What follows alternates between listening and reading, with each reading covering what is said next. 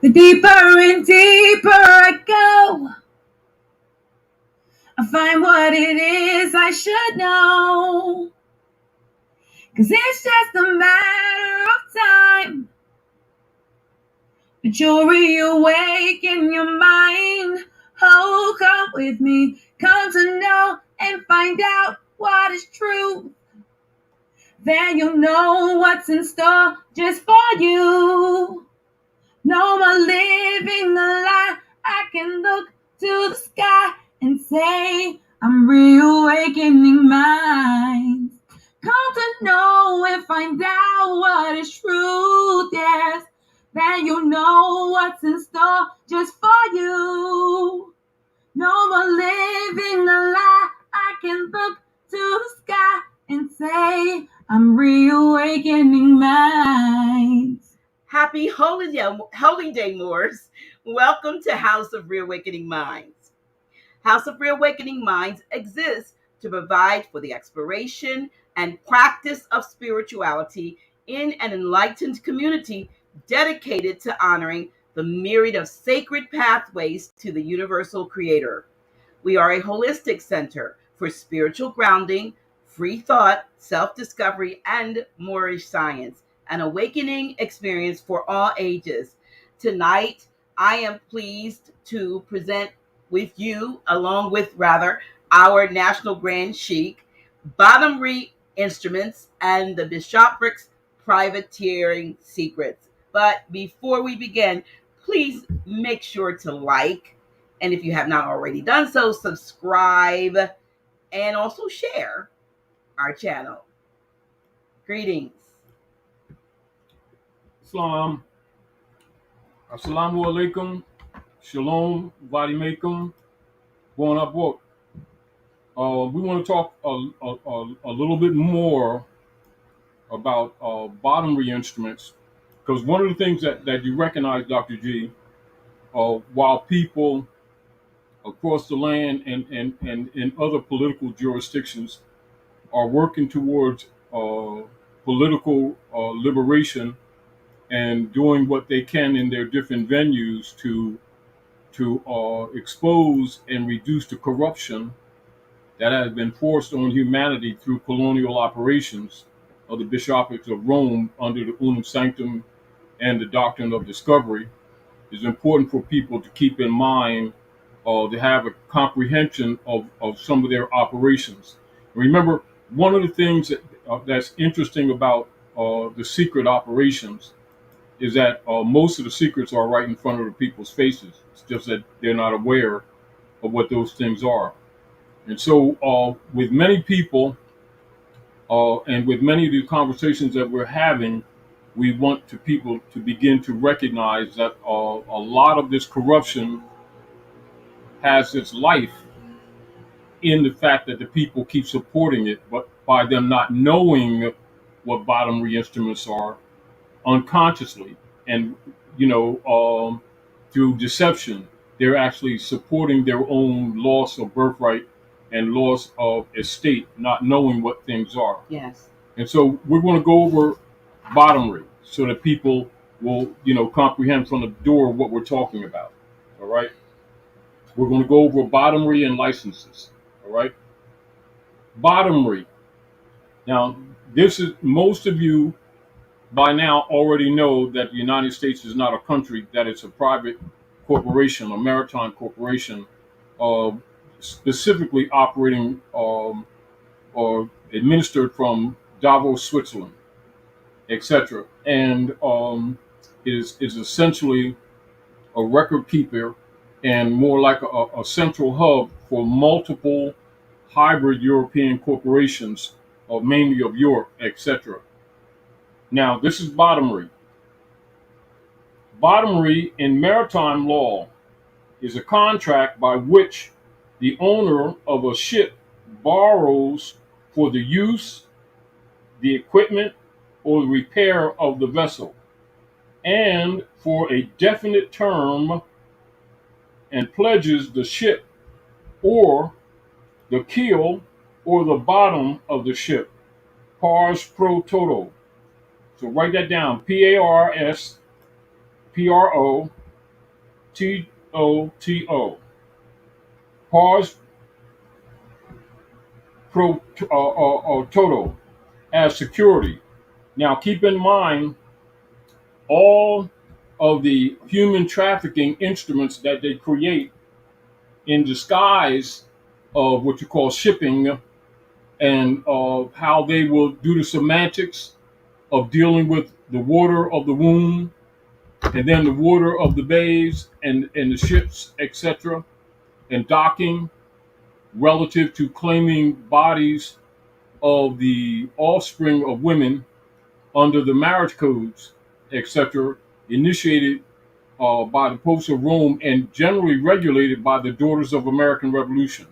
So keep that in mind. The licenses for marriage is regulated by the Daughters of American Revolution on behalf of the Doctrine of Discovery Popes of Rome. So continue to read Bottomry. So the bottomry is being stipulated that if the ship be lost in the specified voyage or during the limited time by any of the perils enumerated, the lender shall lose his money, etc. And so the bottomry is essentially a contract by which a ship or a freightage is hypothecated and as surety for a loan, which is to be repaid only in case the ship survives a particular risk, voyage, or period, as Civil Code, California 3017. Now, the contract is usually in the form of a bond. Now see how the bond, that contract. Now, most people, when they do or when they deal with the United States Corporation Company subsidiaries, usually referred to as states of, etc. Keep in mind and look at the correlations of the time period too, Dr. G. Mm-hmm. The Board of Trustees administrators via the United States Corporation Company Congress initiated the formality of the marriage license 1913. Isn't that interesting? Yeah. Now, most people's concept is that it's more ancient than that, isn't it?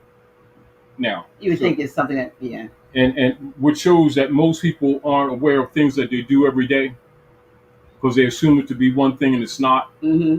And so they're not aware that the marriage certificate is a bond actually, and the bond is against the cargo, which is you. You know, like when they always teach the narrative history of them bringing people uh, as slaves on ships. They're really talking about maritime law, not actual ships. They're talking about bottomry.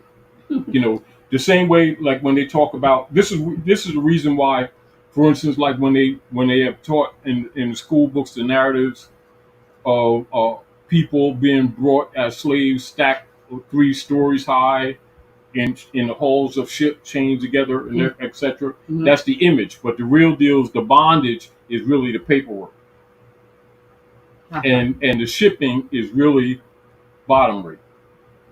And the bottomry is really contracts of bonds on any instrumentality that they create to back their loans. You know, like when you look at the two executive orders that um, um,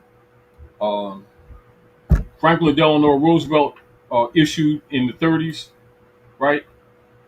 Relative to refinancing the United States Corporation Company, and they used the birth certificates.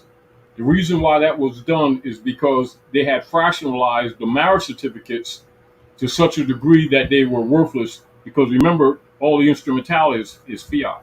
So yeah, so just so those that may not know, when you're saying fractionalized, you mean they had parceled it out to so many different one marriage license may have been, in 1,000 different hands, far as a Yes. instrument. Now remember,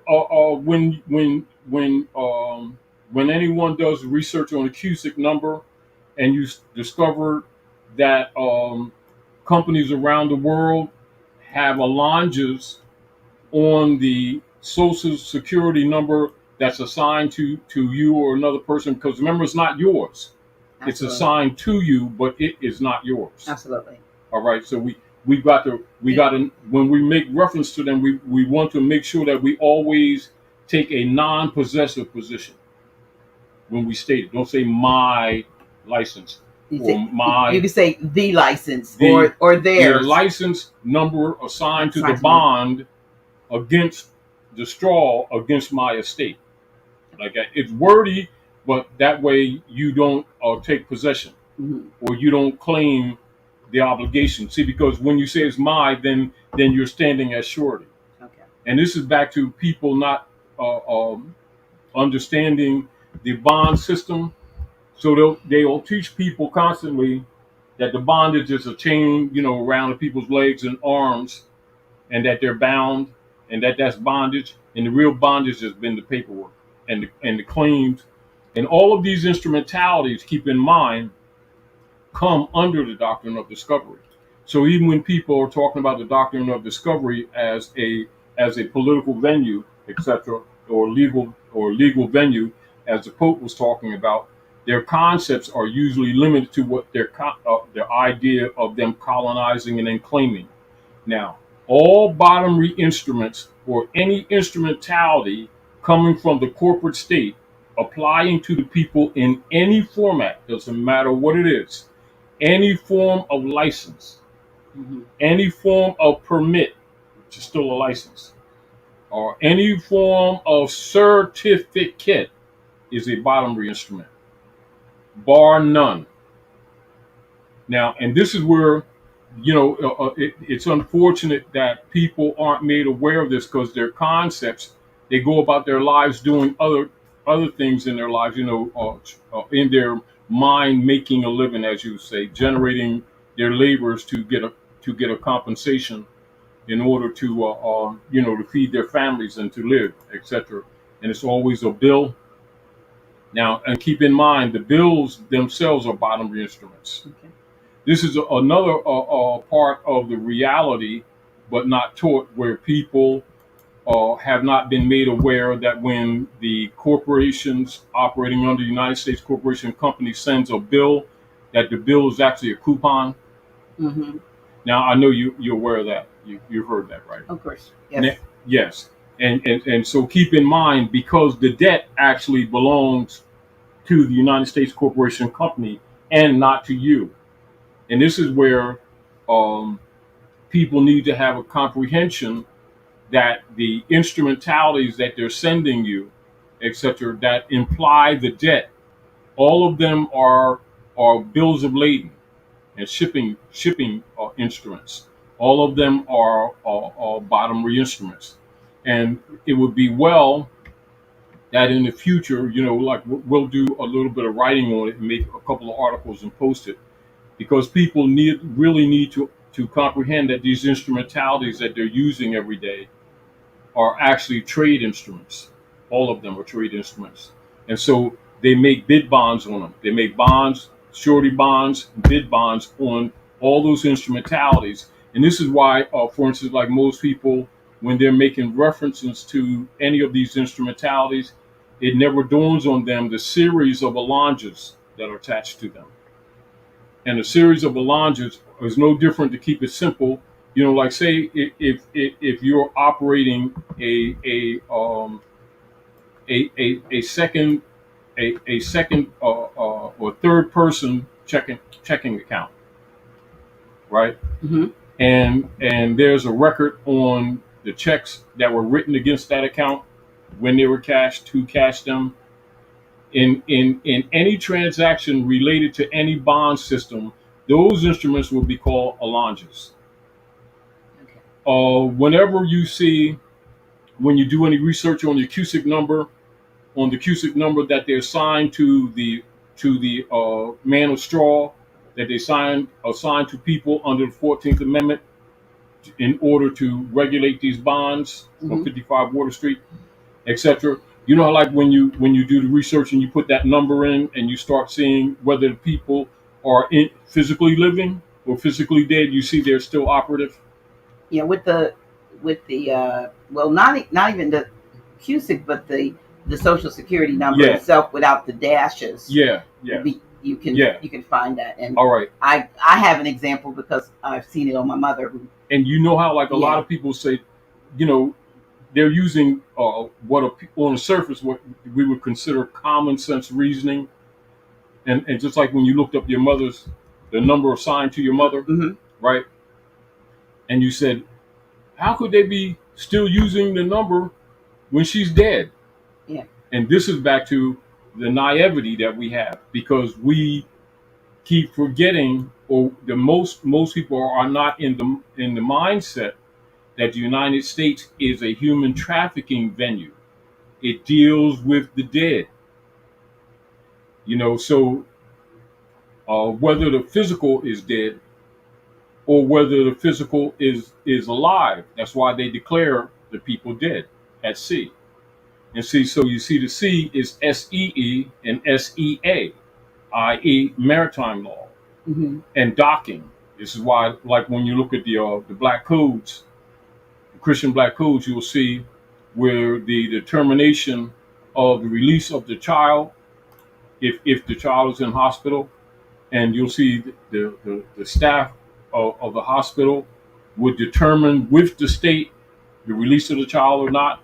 Right. And when you see them always coercing and intimidating women to sign birth certificates, there's bill of lading because it's a maritime institution. And this is just like people don't know that hospitals are maritime. Yeah, we when we see birth, they give it to us with the BI, but for Mhm. them it's really the BEA, Exactly. like the birth that is in maritime transactions, And then maritime law. Yeah. you already know that grammatically the vowels are interchangeable. Right. AEIOU is sometimes you know how they say that. Right. Um, and then you look at 1929.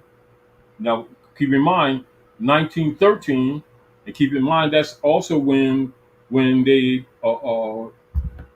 culminated. This was after earlier years of culmination of them genociding the Aboriginals off Jekyll Island and stealing their gold and murdering the people, and they set up their operations on Jekyll Island. Yeah. May I just Yeah, interject for a minute before you go too far from that? Just when you look up birth with the BERTH instead of the BI, the interesting thing also as a verb. Well, first as a noun, it's a ship's allotted place at a wharf or dock. The vessel had left its berth. Right. That's yes. an example. But as a verb, it means more. Mm-hmm. Or okay, ship. Mm-hmm. A ship in its allotted place. These modern ships can almost berth themselves. Yes. So and they call it mooring the ship. Yeah. So there you, and it's interesting that a lot of this stuff applies or has been applied sailing to everything. Because why? We were the sailors of the seven seas, and this is why that becomes what you call a verb actually in its nature used relative to shipping. Now, and when you comprehend the operations of them taking over, they would deal with what you call the semantics. And this is back to where, again, why they don't teach grammatication to our people, so our people don't recognize that many words in the English language have to do with commercial operations because it's an international commercial trade linguistic. Does what's going on now behind the scenes with the change of the U.S. Fiat dollar as the gold standard in countries No, now? it's never the gold standard. Well, but the oil. No, you call it the reserve. The reserve currency. Yes. Yeah. With the change in that. Yes. How would this affect what they've been doing all along? Because we know that the value is valueless outside of these. All right. Now, will there be a change? Will there, or is this well? new? This is what the gradual change is. So you got to keep in mind, it's not not particularly related, but it's not. It gains no power relative to its relationship to the gold.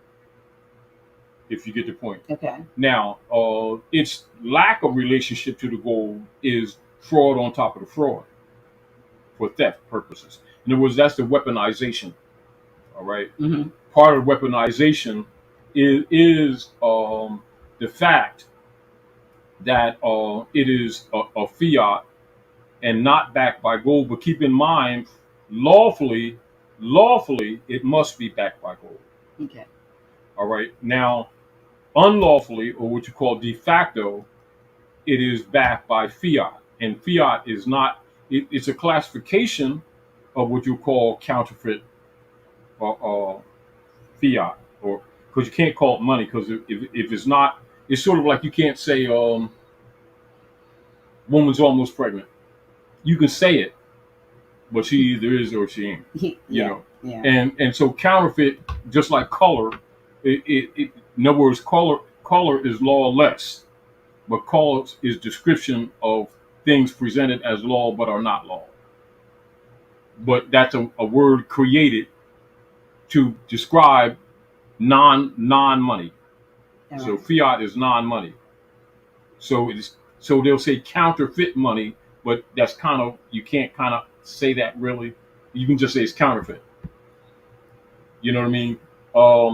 So the deal of it is, when you look at Article 1, Section 10, Constitution for the United States, none of the states, part of the Union, can coin anything but gold or silver coin for payment of debt. That is the lawful money. Now, isn't there? I heard there was about 23 states now that were going back to the gold Yes. standard. So Yes. that means that they're going back constitutional. Yes. I would assume, in light probably even of what's going on with Mhm. the fiat currency. I would think. Because, Well, the monster of corruption is so deep and so big. Logically, it can't happen overnight. Because things will collapse. It's like anything else, not unlike a junkie, if you get the point. But the deal of it is, many of them are trying to get ahead of history, and also recognizing that as the world changes, at the pace it's changing, they will be so far behind if they don't, that they will simply totally collapse, as well as being hung for treason. So a lot of these things that they're doing is not because they've come to some moral sensitivity or moral reasoning, is that the momentum of the world's nation states that they trade with. You understand? The future determines. I mean, just like when we're riding down 202, and we were mentioning Sears, and we rode through the empty lot, big beautiful building, lot empty type thing, and how people, some younger people, you say Sears, and they say, "What you talking about?" yeah, what's Sears? Yeah. And the deal of it is that they know that if they don't make the change, and of course the diehards are the last to do, if you get the point, because they recognize that when they don't have control of the currency. Keep in mind, the currency is not money; it is the velocity of the movement of the voucher instruments. And so we have to start making these things more clear to people, so they can comprehend proper conversation. And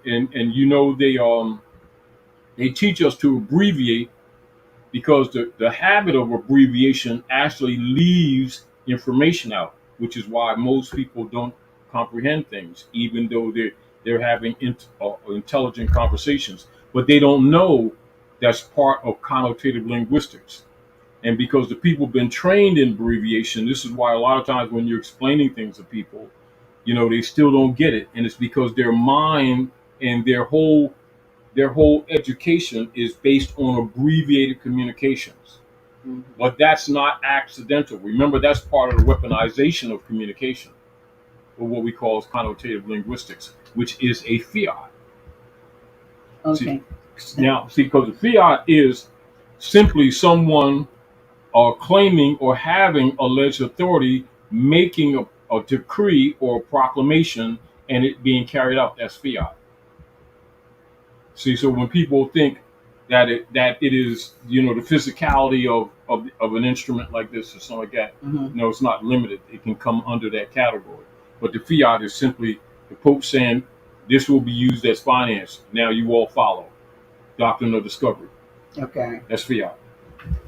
And then so anything that comes under this fiat, not unlike a creation of a fraud, and so anything that's created underneath that or jurisdiction is a fraud.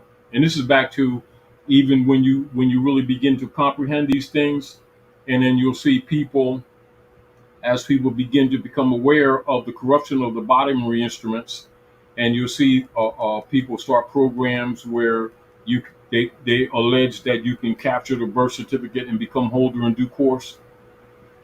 And the fact of the matter is that anything that's created in fraud remains a fraud. Let's talk about the Federal Reserve, for instance. Yes. Which has what seems to denote, but it's connotative when they say Federal Reserve because it's not even a public entity. Exactly. If I'm correct. And so they are dictating interest rates of how much we would pay for this and how much, right. they're, in other words, they're robbing us through of course. this artificial inflation. That would be called inflation. Yeah. Now, even as you're, presenting just in this conversation, the inflation issue, people need to comprehend that the inflation issue comes with fiat. It doesn't arrive by any circumstance. It comes with it by virtue of its design from its beginning. It is not unlike, like say for instance, like when you hear trade people around the world or nation states that have traded, and they're starting to talk about inflation. People think that some people think that that's some political or economic circumstance that has just arrived when it came about with the fiat. In other words, it was built into the It's by fraudulent the nature design, of its existence. They had to have a way to get more. No, yes and no. Yes and no. You're right, but let's look. This is what must be understood, comprehended. That inflation comes by default with the nature of the existence of fiat, not as some necessarily political move that is made here and there. It can be done, instituted or activated or what you call accelerated, but it by its nature automatically comes about. This is how and why it's become necessary for the nations of the world to come to the point of not accepting it. Why? Because they've already been for years being robbed by accepting it. And many of them, to protect themselves, started creating fiat in order to trade to slow down the capacity of the board of directors of the Circle Church and Chancery of robbing them completely in short term. And so this is why, like when you see, particularly since the Second World War, how the board of directors had, and we're talking about the board of directors, we're talking about people refer to them as Congress and senators, yeah, right? Commanded that the different nation states send their gold to them in order to back up the trade, but really they stole the gold. If you get the whole point, and this is where you see in the background politics when people do any research in House journals or congressional records. And in recent years, with Germany commanding their gold back, so you already know about the fiasco that happened with those buildings in September 11. Yeah. Yeah. So why? Because what has been happening, even though, say, Germany was direct, like number one allies with the United States Corporation Company, because you got to remember they're all connected. All right. And Germany and France, etc. Franciscan Brotherhood. But for the world, there's a political jurisdictional separation.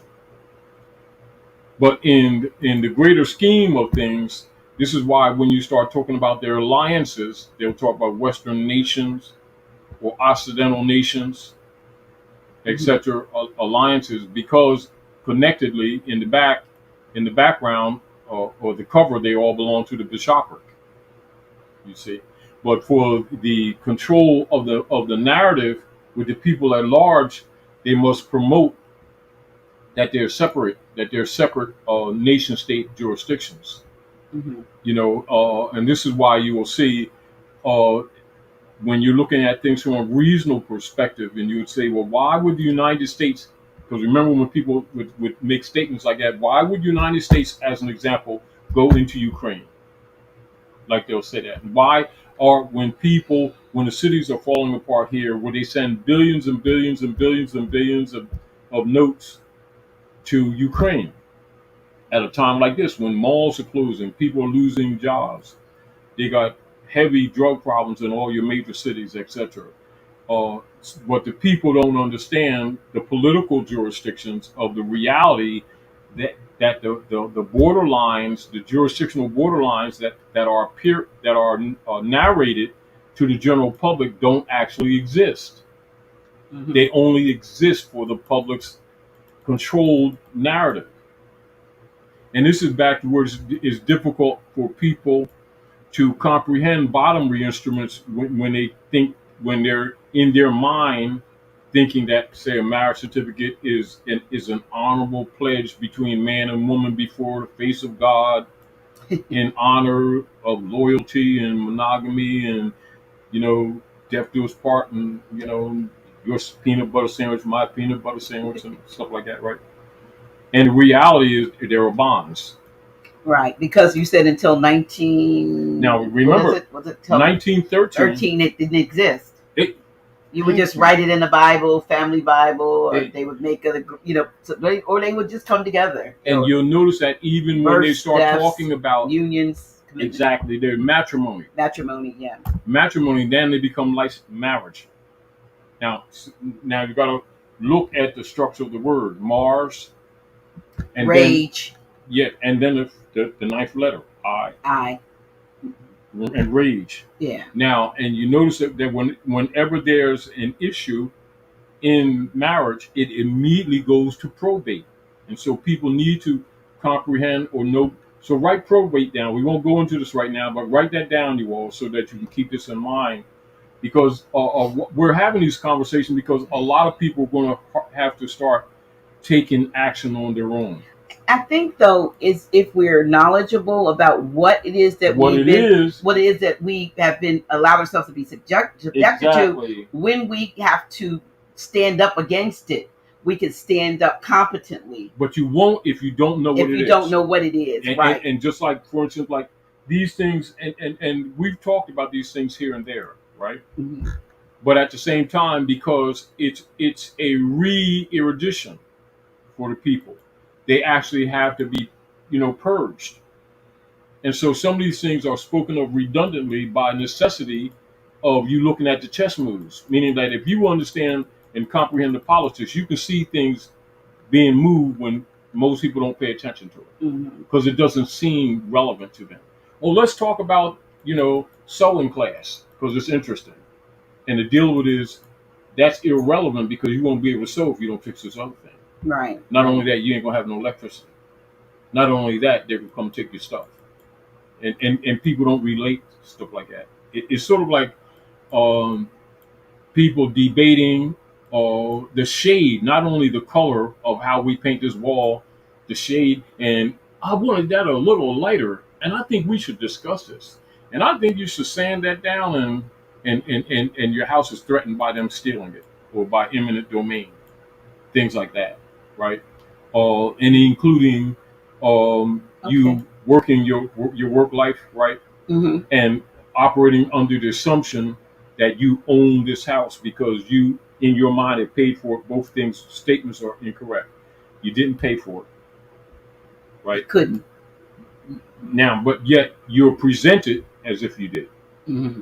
But then if they tell you the truth, then they will tell you that what you've done, you put your labor into this estate and they stole your labor by giving you fiat, making you think you were paid, and then taxing it to make sure that you would not be able to what you would call actualize real value in the voucher system. This is what the tithing or the taxes is about. And they do it on multiple levels. And what you're simply doing is what you call circular rotation feedback. And this is why like people can work, multiple jobs most of their lives and always, even when they think they're doing well, are a few checks off the street, Mm-hmm. no matter how but they don't understand it because they've been trained in bottomry instrumentality and not knowing that not that it is, or even what it is, or how it functions. And you know what comes to mind as you're saying this and bringing this up to me is how we've played, for as long as I've known the game of Monopoly, and they put things in our face. Mm-hmm. The game of Monopoly is you can land on this and buy this, you can become bankrupt, you can do this, but Mm-hmm. they were kind of telling you. I believe I read something about that game being created as a. They're telling you how the United States Telling you how Corporation works. how things work, and we never knew until now. Until for me, let me speak for myself. So I never knew until in recent years that what I had in my pocket Mm-hmm. that I thought was money and in my Mm-hmm. bank account and I thought was money is basically monopoly money. Not even monopoly money; it's monopoly fiat. Monopoly fiat, not that, and that the ones who issued it have the right to devalue it at will and to take it away or whatever. It's like it's not Now, like it's like look at what you just mine. identified, Right? and where most people don't even think. People will say that and don't even think that as soon as you said that you're telling the truth, but look at what you're actually displaying, and I'll show you how people don't pay attention. Okay. Explaining what occurs, you're really saying the truth. What is the truth? Why can they inflate it? Because it belongs to them. It doesn't belong to you. Now, so you're operating, when I say you were talking a plural you, mm-hmm. or operating still with the mental concept that you own it, that you worked for it. Because that's what they tell you. They've told you that. However, this is why they don't want people thinking. See, because what it is, it's simply a bookkeeping system. Now, also, I want you all to write this down: double stock trust. Now, and we won't talk about it right now, but this is important for your research and for your comprehension in the conversations that we've been having. The board of directors, Congress, and Senate for the United States Corporation Company, operating from Davos, Switzerland, with political jurisdiction, civil jurisdiction, operating on the land at North America. See how wordy that is? Mm-hmm. Well, guess what? If you don't say that, you're lying. And not failure to say it leaves that gray area why most people don't understand the politics. But yet most people in a conversation would be trying to find a way not to say what I said. Well, you don't got to say all that. Make it short. And guess what? The knowledge is lost. Which is again why it's hard, because people don't know that abbreviation is a linguistic weapon. But of course, unless they know animal husbandry, they don't suspect it. And it's back to, as we were talking in the car, people have been trained from childhood that government is moral, under the parentis principle, like your parent doing things to help you, etc. When actually they are the doctrine of discovery operatives.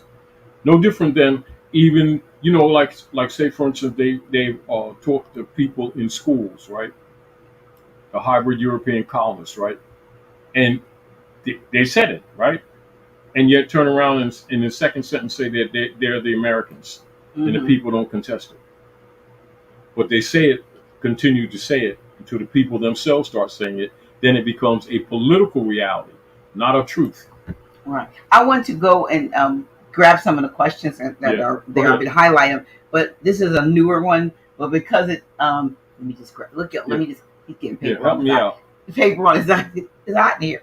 Um, this one said, address this. Yeah. Just did my tax. I'm just read the sentence. Comment. Just did my taxes and Yep. was asked to pay back over $1,000. How would you respond to that? Yes. Because it was like, Now, oh, listen. Like when we're talking about, keep this in mind.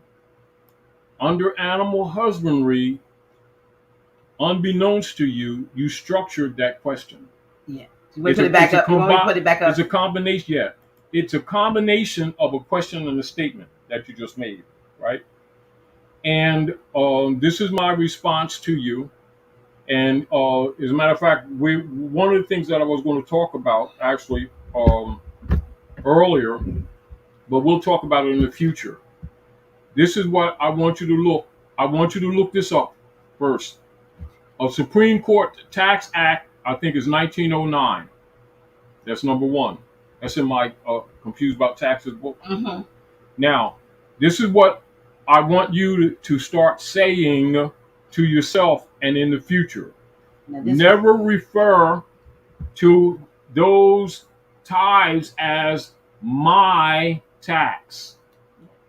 One of the things that you want to start getting out of your language is the possessive of any of these instrumentalities issued to you or any of these liabilities, because that's a maritime liability that's been pushed on you. Are we clear? Now, I wish we were actually being able to talk back and forth, but keep in mind, if you filed a tax form, the tax form, and write this down, is a voluntary power of attorney implied as mandatory.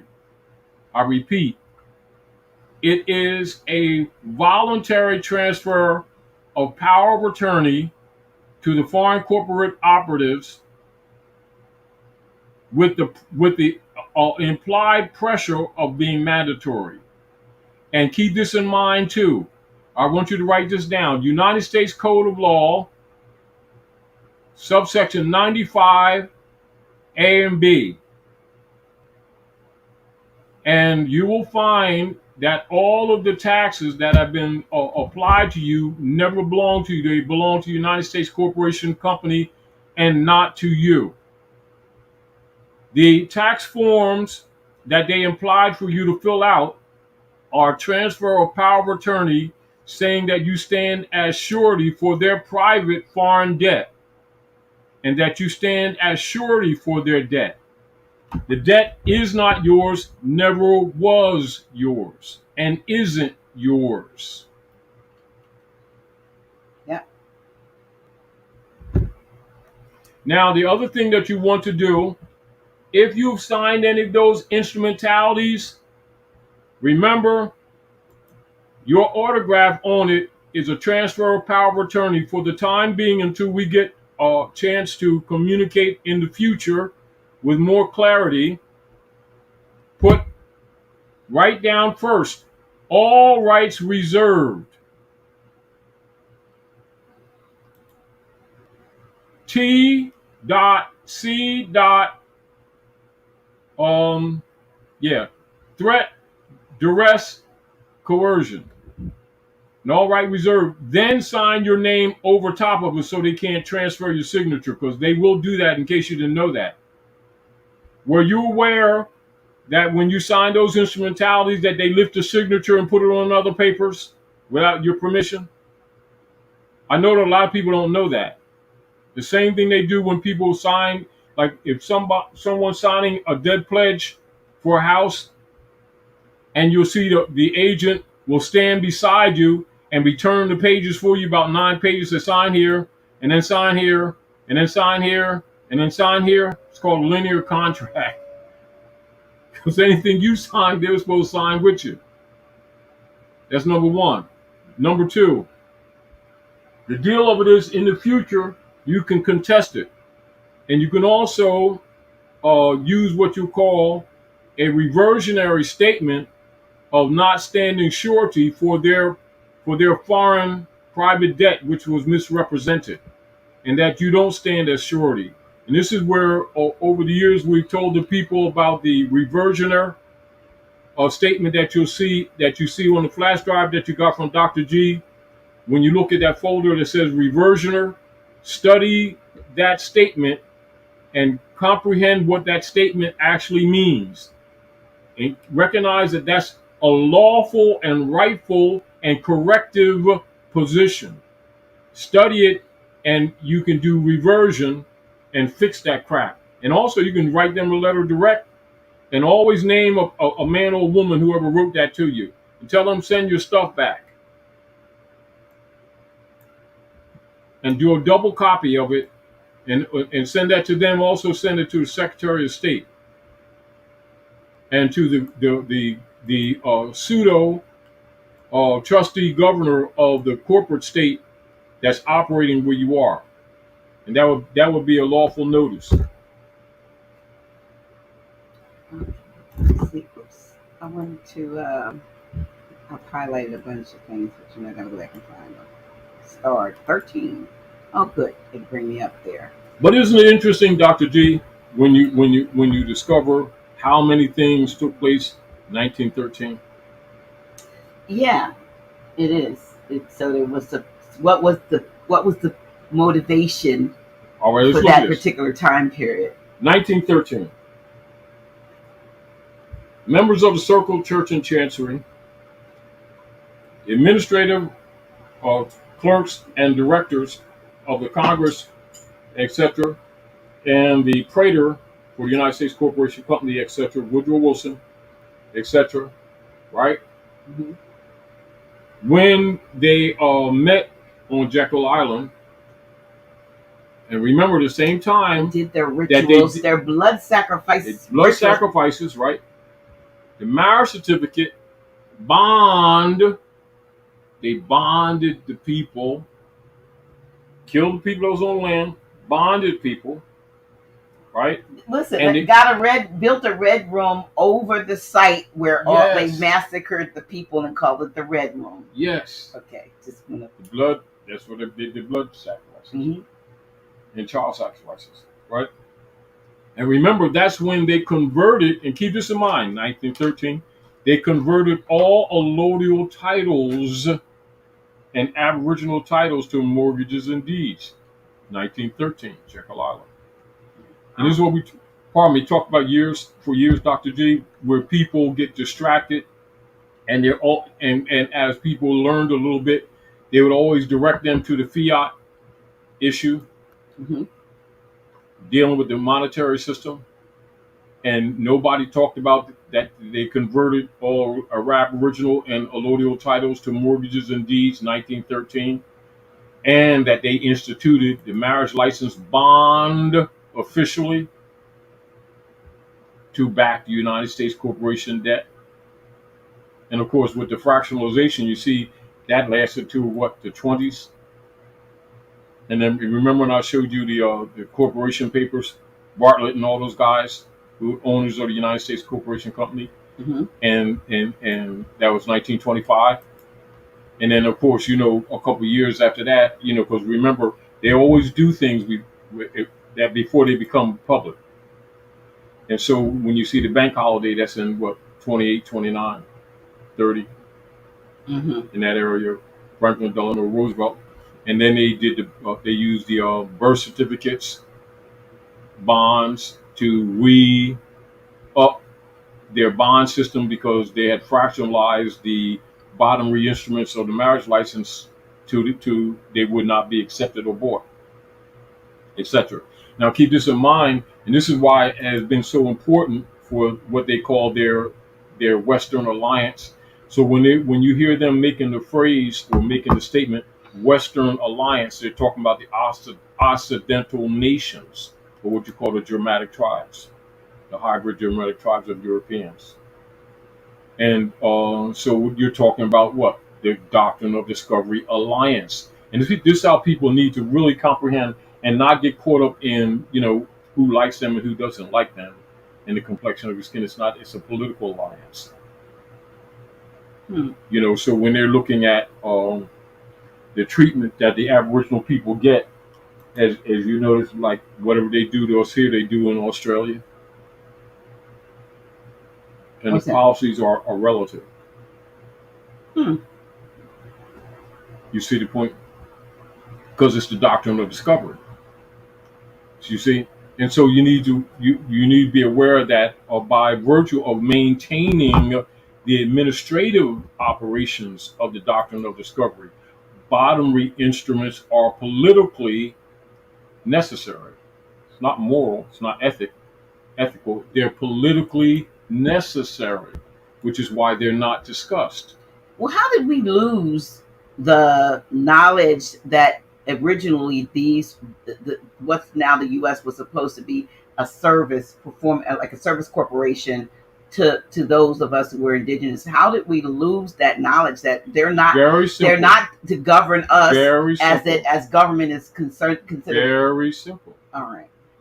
How did we lose? Now, isn't it very simple that it only took a couple of generations of them controlling the narrative with what they call mandatory education? Oh my. Now, when I was a child, they would literally come to the house if the children didn't come Right. for truancy. Truant officers. I do And remember that. in some instances, actually fine the parents. Mhm. But now we know why. We know why. It wasn't because they were concerned about the welfare of the children, but they were concerned about the molding of their it would be future interrupted stock that they wanted to be able to put because they were being prepared for the workforce. Absolutely. They weren't being made erudite. They were what? Wards of the state. And we find, when I was sharing on Friday when I did the class, thank you, that the school education system is based on the Pavlovian model from Pavlov's dog, the bell ringing, Exactly. for the dog, the salivate, animal, the ringing between the bell ring between the classes, yeah. Animal. So yeah. Husbandry, training, and the what that was 1902. Yeah. 1902 to 1906. Yeah. With John D. Rockefeller, Frederick T. Gates, and every all research that you'll do on it, they bluntly, of course, among themselves, actually, don't necessarily hide their agenda, but they already know that people don't, for the most part, don't take time to read because they have fiat. They have fiat in the system. Mm-hmm. If you get the point, and then again, because they have been trained from childhood. Most people are so busy trying to survive, it's work for them to try to make themselves erudite in these matters. And when they start seeing or doing these things, it's mentally traumatizing. And most people, don't go any further because then they get pushback. Mm-hmm. No different than the I think it was the sister was talking about the taxes, or was it a brother? Talking about the taxes. You could show them the law in the United States Code of Law, right? Mm-hmm. You show them the tax don't apply to them, but yet mentally they're still traumatized under the pressure to file. And what is the filing? The filing is writing a power of attorney to these foreigners to steal their estate. That's why they say taxes are voluntary, but every instrument they send you, it's implied as mandatory. All right. So the deal of it is voluntary, which means you're consenting to your enslavement. But then they don't tell you that it's not lawful. So that's why they tell you it's voluntary. And this is why, even when they're dealing with mortgages, that's why they put in the contract de donis. Right. Because they're saying it's a gift, but they know that most people don't know language or don't know jurisprudence, so they don't know that de donis means gift. And yet they'll sign these things and actually pay people to help them sign this stuff, and not knowing that they've just turned their whole estate over to these people. Now, and then look at this too, Dr. G. How many people came into a situation of what is called a foreclosure? And how can you have a for, which means closure, when Yeah, you went to a closure? closing. Yeah, for the closure. The way it If it's doesn't make sense. closed, Then you can't foreclose. it, it, For means before. yeah, exactly. Now you comprehend the reason why the members of the board of directors for the United States Corporation Company created what is called a double stock trust. I think it's what 1863 in that area, Mm. and disallowed any of the regular people to ever create a double stock trust.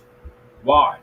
Because with the double stock trust, they can by deception make themselves both trustee or FOFR and beneficiary, which means they can continuously benefit from the trust that they actually rob the people of.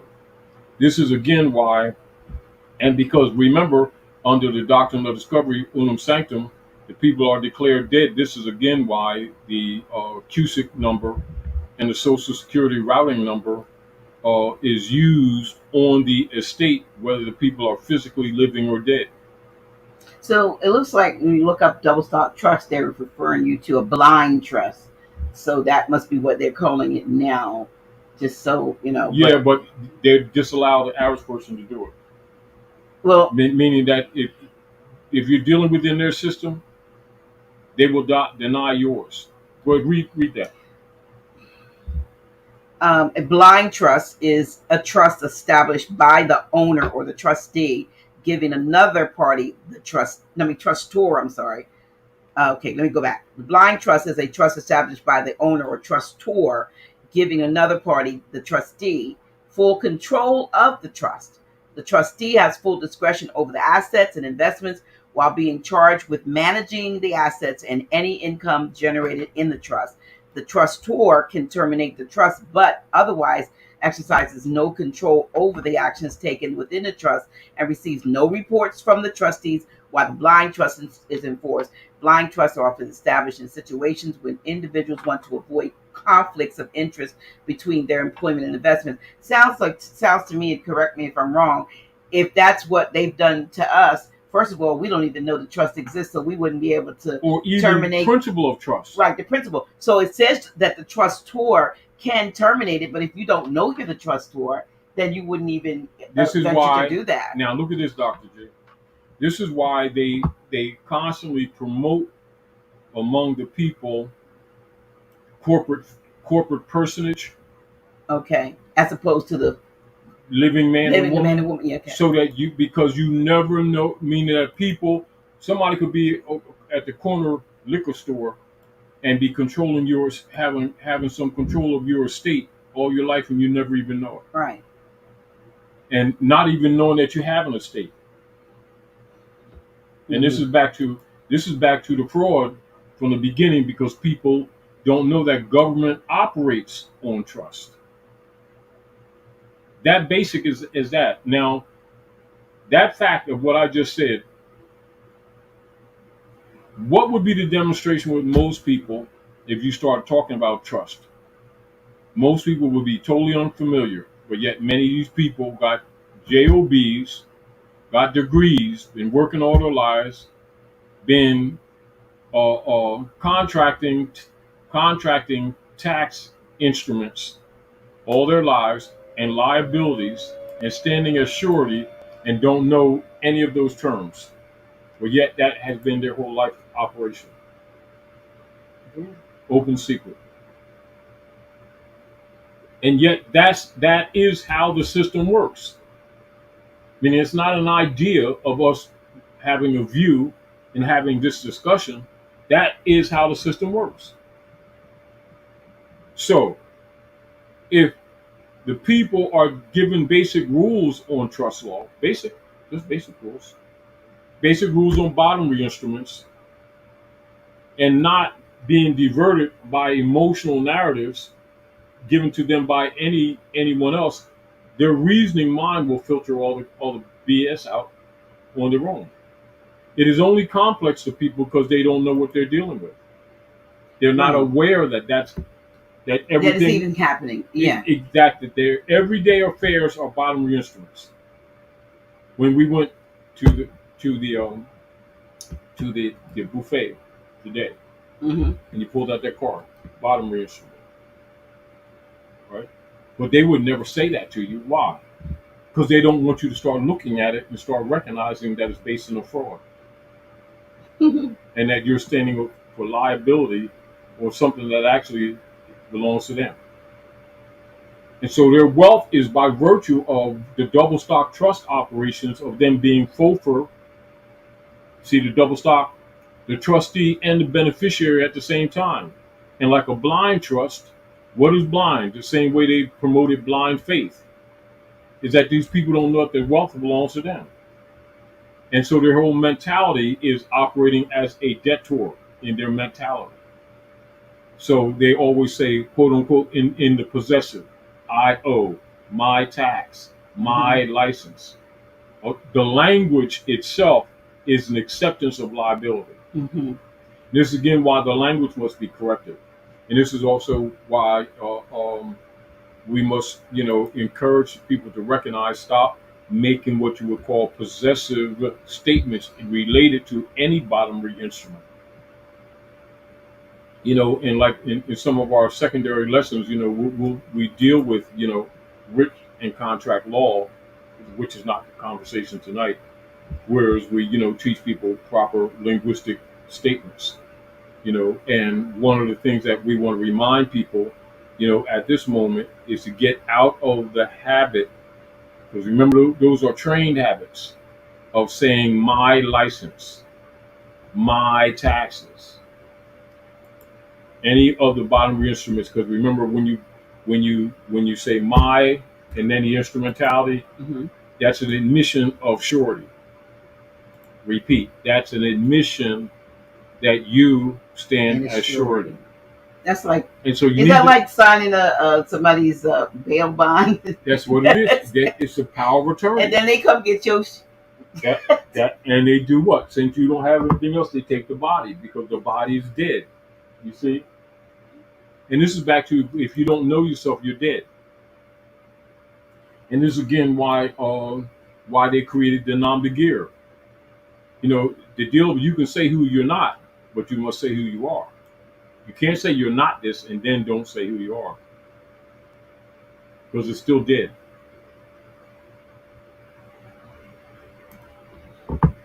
So let me. So here, let me. Want to go to some of these questions. All right, I'm going to start at the top.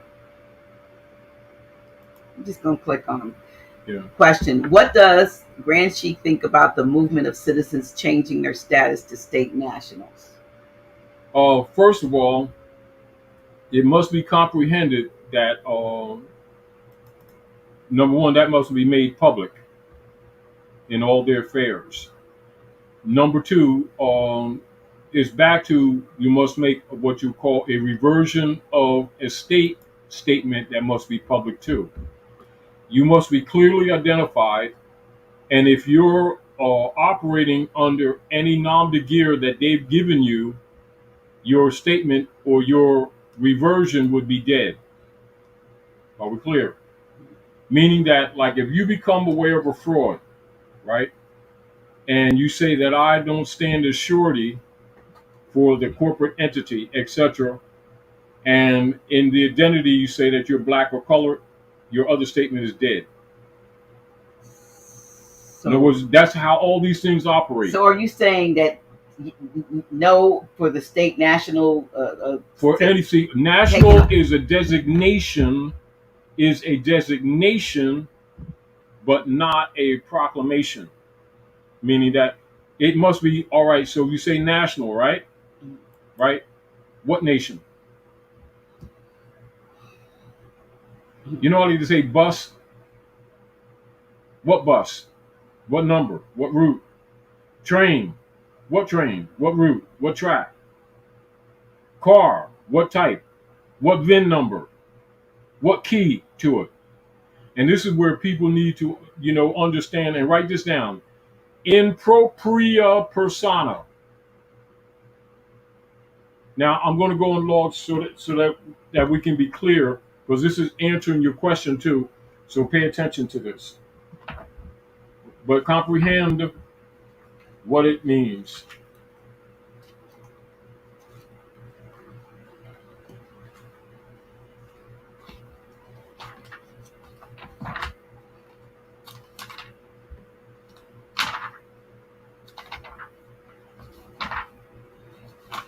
Ooh, A little bit warm, huh? a little bit. Got this air coming up under here, but it's not enough. Yoo-hoo. Not quite enough. Now listen to this, because remember what you're saying, and this is for because that's a good statement, but it must be cleared because people who are listening need to be very clear on it. And so what that would be called, it would be called a sujure state type statement. And that sujure statement would be in one's own proper person. See, in order for a claim or even a reversion to have standing in law anywhere in the world, the one making that statement must be in propria persona. Now, in propria persona, in propria persona, in one's own proper person. Excuse me. It is a rule in pleading that pleads to the jurisdiction of the court, because remember, court society, not necessarily those buildings, must be pled in propria persona, because if pleaded by an attorney, they admit the jurisdiction, as an attorney is an officer of the court, and he is presumed to plead after having obtained leave, which admits the jurisdiction, which means you can't say what you're not with conviction without declaring who you are with conviction. You can't have, I mean, a lot of people look at the fraud and the misrepresentation and reject the misrepresentation and then make what you call in propria persona a cover statement to clear that mess up. You know, it's sort of like if somebody says, you have your computer plugged in the wrong outlet, right? And say if your computer or your phone needs charge, right? If it's in an improper outlet, it either overcharges, doesn't charge. But then in order for it to activate, you've got to take it out of the improper charge and place it in the proper charge. You can't just take it out of the improper charge and then leave it outstanding out. That would be abandonment. And these are subtleties that our people need to comprehend when they're learning these things.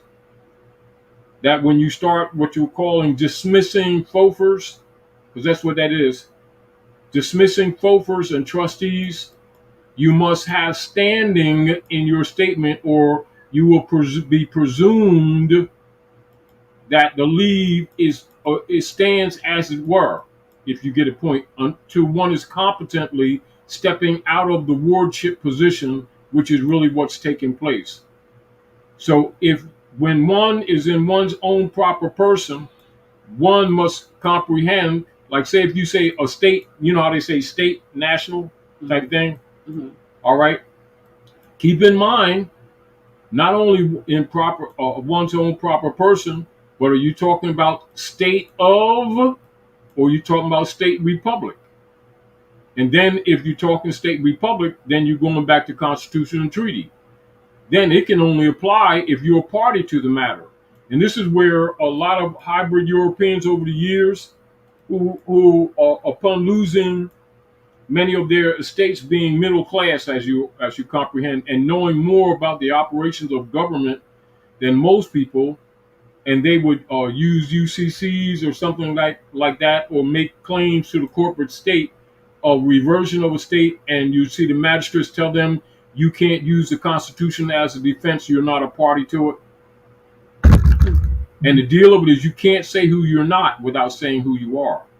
And if you don't make that statement, you remain who you're not, or what you call void. And if you're void, you're lost at sea.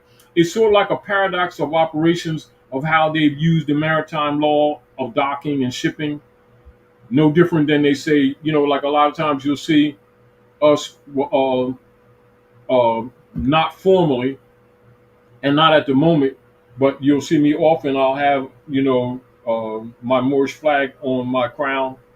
I don't have it today because I lost the pin, but the deal of it is, and that would be called, I'll be flying my colors for the ship of state of self. No different in the maritime law when they say you're flying your colors, or like say for instance, if the operators of the maritime jurisdiction of the Bottomry instruments send an instrumentality to you for claim of liability, you'll see them have a seal or flag at the top of the instrumentality. That's because they're flying their heraldry, or they're flying their seal or vexillum. And in your communications, you must do the same. So you can't say who you're not without saying who you are in order to have claim or standing.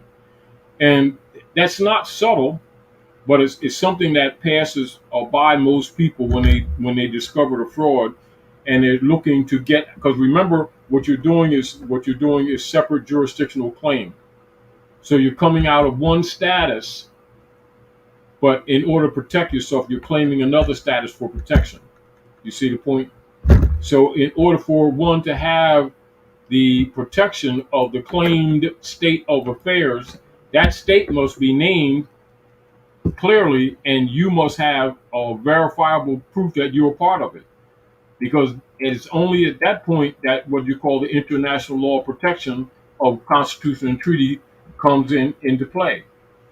So people can't just say the word citizen, which you see how people use it loosely. Mm-hmm. Citizen. They'll say, I'm a citizen and I'm a national. That's cool. Of what? Then when you name it, in order for the protection to be in place, then you must name the treaty that creates the obligation. Because the treaty is the Constitution. You see the point? Mm-hmm.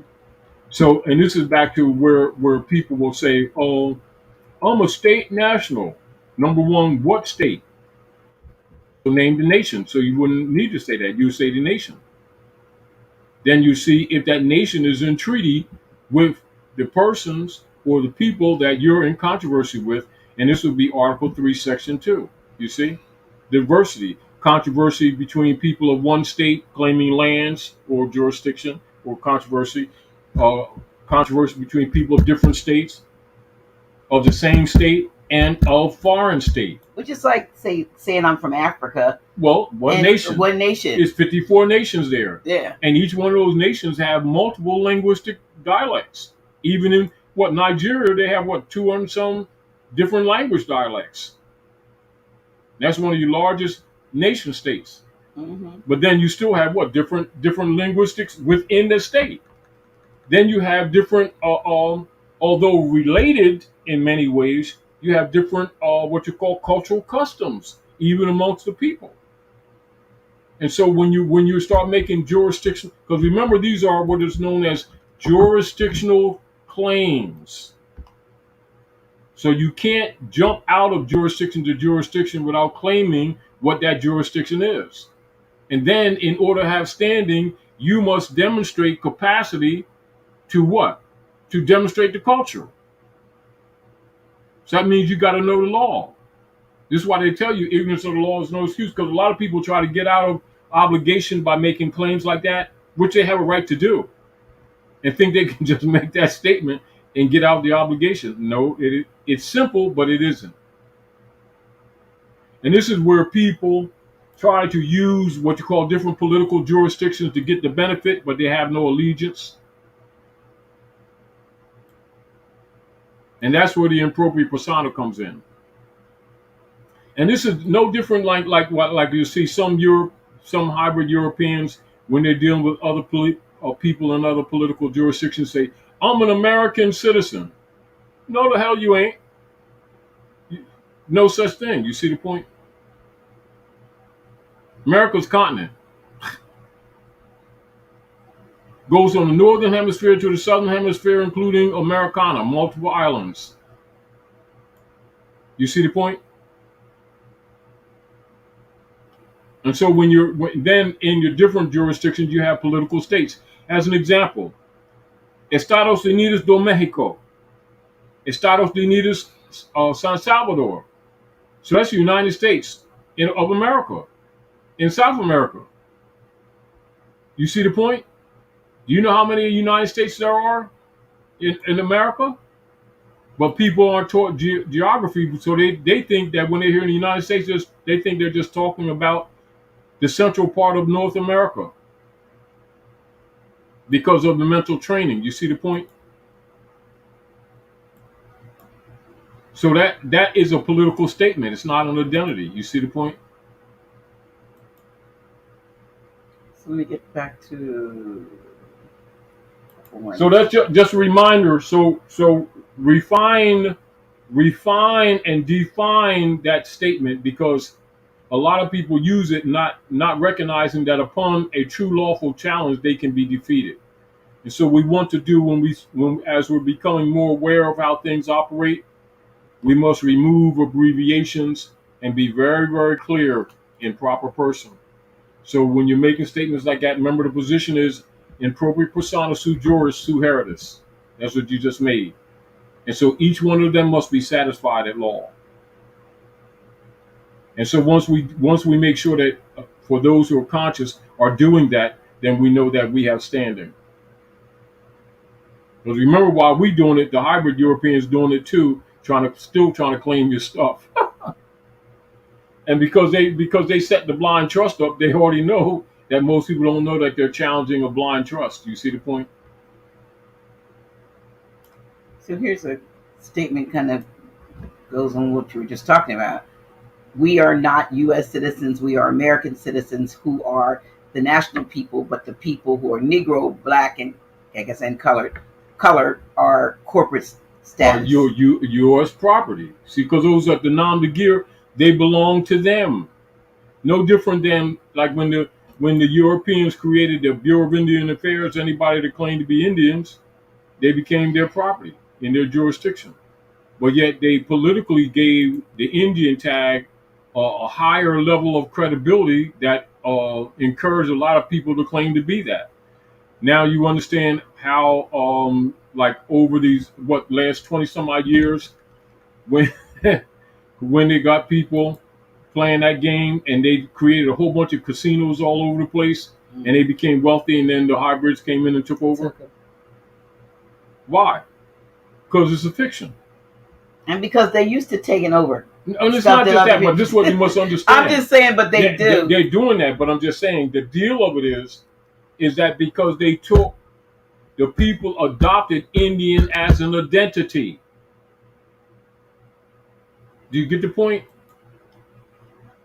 And it's fictional. Like for instance, like a lot of people ask people common sense. Is North, Central, and South America India? No. So are the people of the land Indians? No. Well, duh. Right? Well, if we talking about India and Asia, no, that's Sindh. They're Hindustani. They know that the people call them Indians, but they know they ain't Indians. Why? The hybrid European made that up for the people here in order to talk about the traveling over the Barren Straits for their reconstructed history. And engines. And cowboys and engines. Remember I shared Friday night about the fact that, I think it was Friday night, that the majority of the movies, or at least if I didn't share it, I read it, were actually mind-bending. Well, not only were they mind-bending, but most of those movies of the 50s and 60s, all of those movies that were establishing how the West was won and so forth, weren't even created here in on this continent. They were how the West was won. How the West was won. What is the West? Maghreb. So it was done in Europe or somewhere else. A lot of these movies were in Italy. Yeah, Italy. In Germany. As a part of the propaganda. And Austria. Yeah. Etc. I mean, down to what we're seeing. Doctrine of discovery. The things that we're seeing today. Like you think people like George Lucas and this and the other, whoever's creating these fantastical Reconstruction. movies about space and thus and so are just these people who are so enlightened, when these are people that actually are part of this corporate structure, and it's a Exactly. part of the mind games to prepare you for the next thing that they. It was You know, already it started molded. with, what's It's his part name? of the molding. Was it H.G. Well, who did the War of the Worlds? H.G. Wells. H.G. Wells, Yeah. War of the World. He was, you know, he's a 33-degree Mason. He was a part of that system to create. You know, he wasn't creating. Because you got to remember, anyone that's in a position of power anywhere around the world must be a Mason. Yeah. It doesn't make Masonry wrong. It means you have to have a level of knowledge of reality in order to be allowed to rule. And so people will condemn Masonry rather than condemn the misuse of it, if you get the whole point. Right. And, Yeah. and this is, like, for instance, like almost all of these people that you see have any control over the people, you'll find them, they'll be Eastern Stars, Daughters of American Revolution, or Masons, but basically all of those are fraternal orders of the same root information, as you say. Mm-hmm. And on a loose term, they would refer called ancient Egyptian knowledge. Why? Because that's the what you call cornerstone, not the oldest, but the cornerstone reference to the Asiatic African culture that rule the world, that they have enough information on to use as what you call foundation reference point. Now this one I want to put up here because it says, Demario says, I don't know where or how to start even knowing who I am. That's true. That's what most people. You know, one of the things that we will tell people is start recognizing who you're not. Like, for instance, recognizing that you're not a crayon, you're not light-skinned green people, and you're not light-skinned, dark-skinned purple people. Do you remember that time a few years ago when I had to go and get some blood work, and when I came out, you know, they put a Band-Aid on your arm when you do, and they actually put a yellow, I think it was a yellow crayon on my arm, and I made a post about me not being. They literally, I guess it was for children, but they put a crayon on my adult arm, and it just made me, you know, I am not a crayon, but that's the way they look at us. Yeah, you know. Remember, it's not that they look at us. Not look at us not as crayons, no, but the fact that you call them colored. This is the code. This is not looking at you. This is their code system. This is how they classify us. We'll say, look at us. It's an improper statement. This is a classification. Right. You know, and while you're saying that, you know, while you're looking up, let's go into that, because this will help people understand bottomry instrumentalities that we're discussing. Because it's important that we kind of like casually talk this stuff out so that people will get in the frame of mind how they need to think, because they're going to have to start protecting themselves. Because remember, a lot of the information is not readily, it's available to you, but not taught, if you get the point.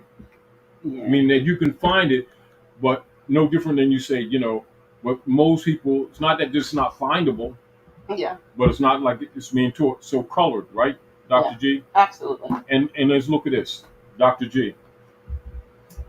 Colored by common usage in America. See the distinction? This term. Now look how many people have been using it and thinking it as an identity.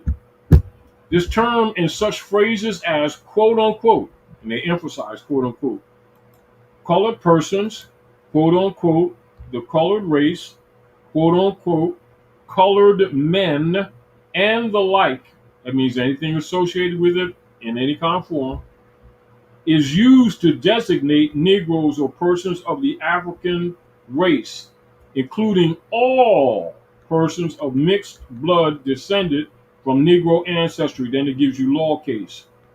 But where the state constitutions, back to standing, right, provided for separate schools for the white and colored races, the term, quote unquote, white race was held to be limited to the Caucasian race, and the term the term colored races to embrace all other races. Then it gives you law reference. It has also been held that there is no legal technical signification to the phrase colored persons, which the courts are bound judicially to know. And that's back to the impropria persona position. You deny that, right? Or you use that, the court don't even have to recognize you again. So the status is dead. Now people need to know that the status relative to your state is the standing upon which your argument is held. So you can say who you're not, but then not declare who you are, and to the affirmative, and the standing remains as it were abandoned. You see, because someone already has a claim on that straw that you claim to be removed yourself from. And this is where the bounty comes in. So the bounty claim is by the barristers. And so that's why they say you get a lawyer, i.e. a bounty hunter. See, so people don't know that the attorney turns over the bounty. Mhm. They're simply bounty hunters with ties on. That's why they tell people, if you really understand how the system works, when you hire an attorney, you give them your birthright. Because their jurisdiction and claim is to the court, not to you. You become secondary.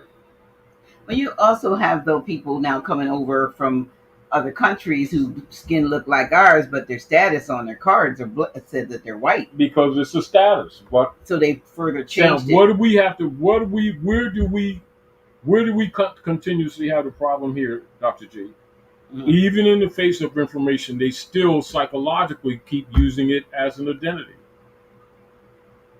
Mhm. It's a classification, and the classification has no standing in law.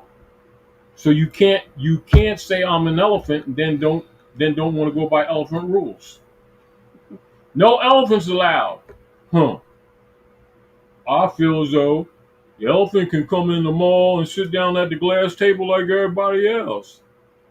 Are you elephant? Yeah. So if you're colored, it has no legal technical signification, does it? Absolutely not. It's clear classification. Some people we have And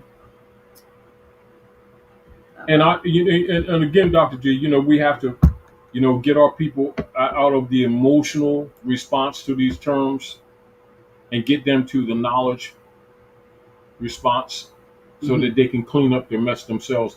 And because what we don't want to do is promote the damaging practice This is of our Christian. people always or seeking to become followers of anything or anyone, which is Right. damaging. Which this question from Goddess Imani, are we able to correct our status without paperwork? Remember this. That would be called a verbal trust statement. So that would be your competence demonstrated when put into question. Meaning that if you go into a circumstance where someone's making claim on that straw related to yourself, then you must be capable and competent enough to rebut them and not stand as surety in the nature of the conversation that we're having right now. Competently. Yes, and that's it. Mhm. Now, in relationship to someone making what you call a more formal claim, where they do what you call a written claim or what they call a charge on you, you must be able to do what? Rebut that claim. Now you need a written form. This goes to a writ on status. So these are fundamentals that everyone should be taught that are part of society. They're not complex, it's just that we haven't been doing it. They do it to you every day, though. You know how they say it's open secret? Don't people get a farm do? Now, many of you, like if I said to you, Dr. J, 90% of these people that are asking these questions here, right, Mm-hmm. have received foreign bills of exchange and didn't know that they had foreign bills of exchange. What's a foreign bill of exchange when you travel in the streets? Ticket. Exactly. But yet, how many people through their lifespan of traveling have what encountered these instrumentalities and have been charged, and they have done what transferred their labor to satisfy them and didn't know it's a foreign bill of exchange and therefore didn't know that it was unlawful for that to take place and therefore never challenged it. I did, but Yeah, I didn't know yeah, what but I did. Didn't. yeah, but I'm just saying to you, this is what I'm talking about, the open secret, Right. and it's simple. And yet people deal with these things every day and show limited to no interest in understanding what they're dealing with. Or when these issues are brought up, like in someone's having a conversation like we're having, we look at it as not involving them. And yet we have to get this kind of information to our people to start bringing economic and social remedy. And that's what I said Friday night. You weren't there at the time, but if anybody's in the chat that came here, and shout out to all those who traveled here last Friday, is that for maybe the first 4 years or so of us knowing each other, and you coming to do the classes, I was thinking the information that you were transmitting and sharing was for them. It was always, I have a venue for them, for those people, because they need it. And it took a while for It's all of us. to realize that I was them too, that I needed that, that nationality, Even the consciousness. right? Or the lack But thereof. it had, and then like you said, to be able to stand on your own square, it wasn't until folks started coming to me because they couldn't get you that I realized that I had learned things, because I could respond confidently to them for the things that they needed to know in the absence of speaking with you. And- So, kind of got it by osmosis then. In the process, you taught yourself. Well, I started paying more attention to what was being taught. Yes. Yeah, that's what I did. And so, but And then by default, recognizing you like every one of us is how you say, steep up to our knees in the doo-doo pool, Mhm. and didn't know we're in the doo-doo pool. Right. Because a lot of times you're like, oh, they're losing their house, so it's a shame. And I dealt, for years I worked in housing. I was housing director, so so I know about the trauma of economic, foreclosures, social, political, and losing, breaking up families, losing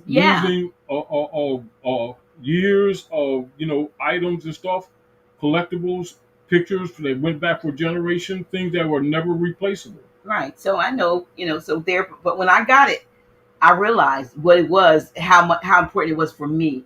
And I think that it, on a broader level, folks need to see the breadth, if you will, of how many of not only of the matter, but of those of you out there that are awakened to and knowledgeable to this. Everybody doesn't have a fez or a turban and fez on, but it doesn't mean that this hasn't opened up. And not just that. No, I'm saying, because there might be a stereotype. You don't see, there might be a stereotype. I see a lot of people, or talk to a lot of people, and they're in various corporate jobs. I mean, we had, if you remember, a couple of months ago, we had an attorney, a lawyer, and his son who traveled away from Chicago, and he said after he got this knowledge, he left his practice, and he's doing real estate because because he realizes he realized what it really is. This information hit home to him. So it's lots of folks out there, you all out there, that realize that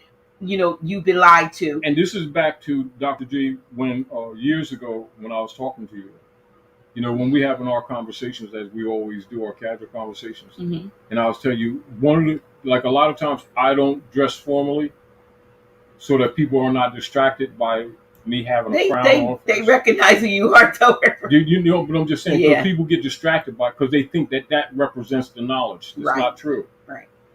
The knowledge is human history, human erudition, human upliftment. We're just have been the main target of the demise of these things, which is why the emphasis put on the nationality and birthright, because we were the main targets by which these edicts were used to attack, and others came secondary, meaning that we were the main target. When we fell, everybody else fell. And so people will often look at the Moorish movement as only applying to what they consider Moors. In their mind, there's still that separation. When the Moorish movement is in its nature to uplift fallen humanity, Mm. and they look at it by default as if you got to belong to some temple or club only, and then it applies. Outside of it, it doesn't, and it applies to everybody, including even the hybrid Europeans who've been participating in the fraud. Bring this one up. I think it's interesting. Yeah. I need help when it comes to native Indian paperwork. Yeah. My grandfather has legal paperwork that says Chief of the United States, and it's not lowercase, he said that, of America, and it's the only chief that can be Chief of United States of America. All other chiefs are chiefs of their tribe. The government is running fraud with our tribe, indigenous tribe, Yes. Blackfoot Indians. That's interesting because when my dad told me he was a Blackfoot Indian, Yeah, 'cause on my grandma's side, there's Blackfoot. yeah, and but what he's saying is that he has paperwork that says his grandfather, I guess, is the chief, or is I'm assuming he's still here. I guess. I don't know. so would it be of a confederation, which Powhatani or Anansi Confederation? Because remember, those were the two major confederations that we have in the north at the Maghreb. So most of us at like say land of Nod, what you call New York up to Michigan, up to what you call the central, uh, at the lakes, etc., are Anansi. Remember, those are political jurisdictions. Keep in mind, which would be a conglomeration of most of the tribes to the north, and the Powhatani or Powhatani that would be more or less what they call the Mason-Dixon line and below, basically. But then that didn't stop you or anyone else from being a member of Powhatani and Anansi. And people need to Blackfoot. comprehend that because those are political jurisdictions. And I think one of the other problems that we have is that people often start thinking of the tribes as different bloodlines as opposed to political jurisdictions. No different than, like, say, your son is in the Atlanta area, right? Yes. And they call him Atlantan, and they call you a Delawarean, and Right. they be thinking they don't understand political jurisdiction distinguished from. It don't mean you're different blood. Right. Don't mean you're not related. So here he says I am right. I am rightful owner to take claim with my grandfather's paperwork. Is what he's saying. And that's now that's beautifully on point. Now, what is the political platform from which from the council circle that they're speaking from with the Shakun body, right, as well as a circle of mothers that stand on that. Now, he would be qualified basically by hereditament to speak on that, but it would be well that he become properly ruddered to present that to the public, and be well that he would write competently on the matter and make it public. Okay. Let me see. Just want to get some other. You're doing it again, Dr. GSK. Okay. I'm not sure what that means, but all right. No, I was reading something that's I'm not sure what that means, so I won't address it. Okay. We have some more comments. I have to start over here. And there's quite a few that asked for an update Mhm. on Consul General and Well, Brother can you George. give a Yeah, update on- there's like two Yeah. or three times. I mean, and there's another one. So we can, in the last few minutes, if you don't mind, I guess I can. Oh yeah, Because I have spoken to him. Yeah, about- Well, there's things that he said I could share and things he asked me not to say. So, and I did address it on Tuesday for those that were on the Tuesday show, but I can give an update based. I don't know when you last spoke with him, but I spoke with him on Saturday. I think it was Saturday or Sunday. I want to say. Now, see here, and this is back to which one? This one. See, yeah. Let me bring that up. And this is back to the nature. It says to the nature of they have to remove the spirit of Negro, black, and colored, and claim the de jure spirit of Moorish to change the conditions. Yes, in other words, they can't claim not to be the one and then fail to claim to be the other. Okay. Meaning that you can't jump out the boat without a raft politically. If you're saying who you're not, then you must say who you are. Mm-hmm. And who you claim to be must have standing for you to claim the benefit that goes with it. Mm-hmm. You know, and this is back to where a lot of hybrid Europeans have run into the problem.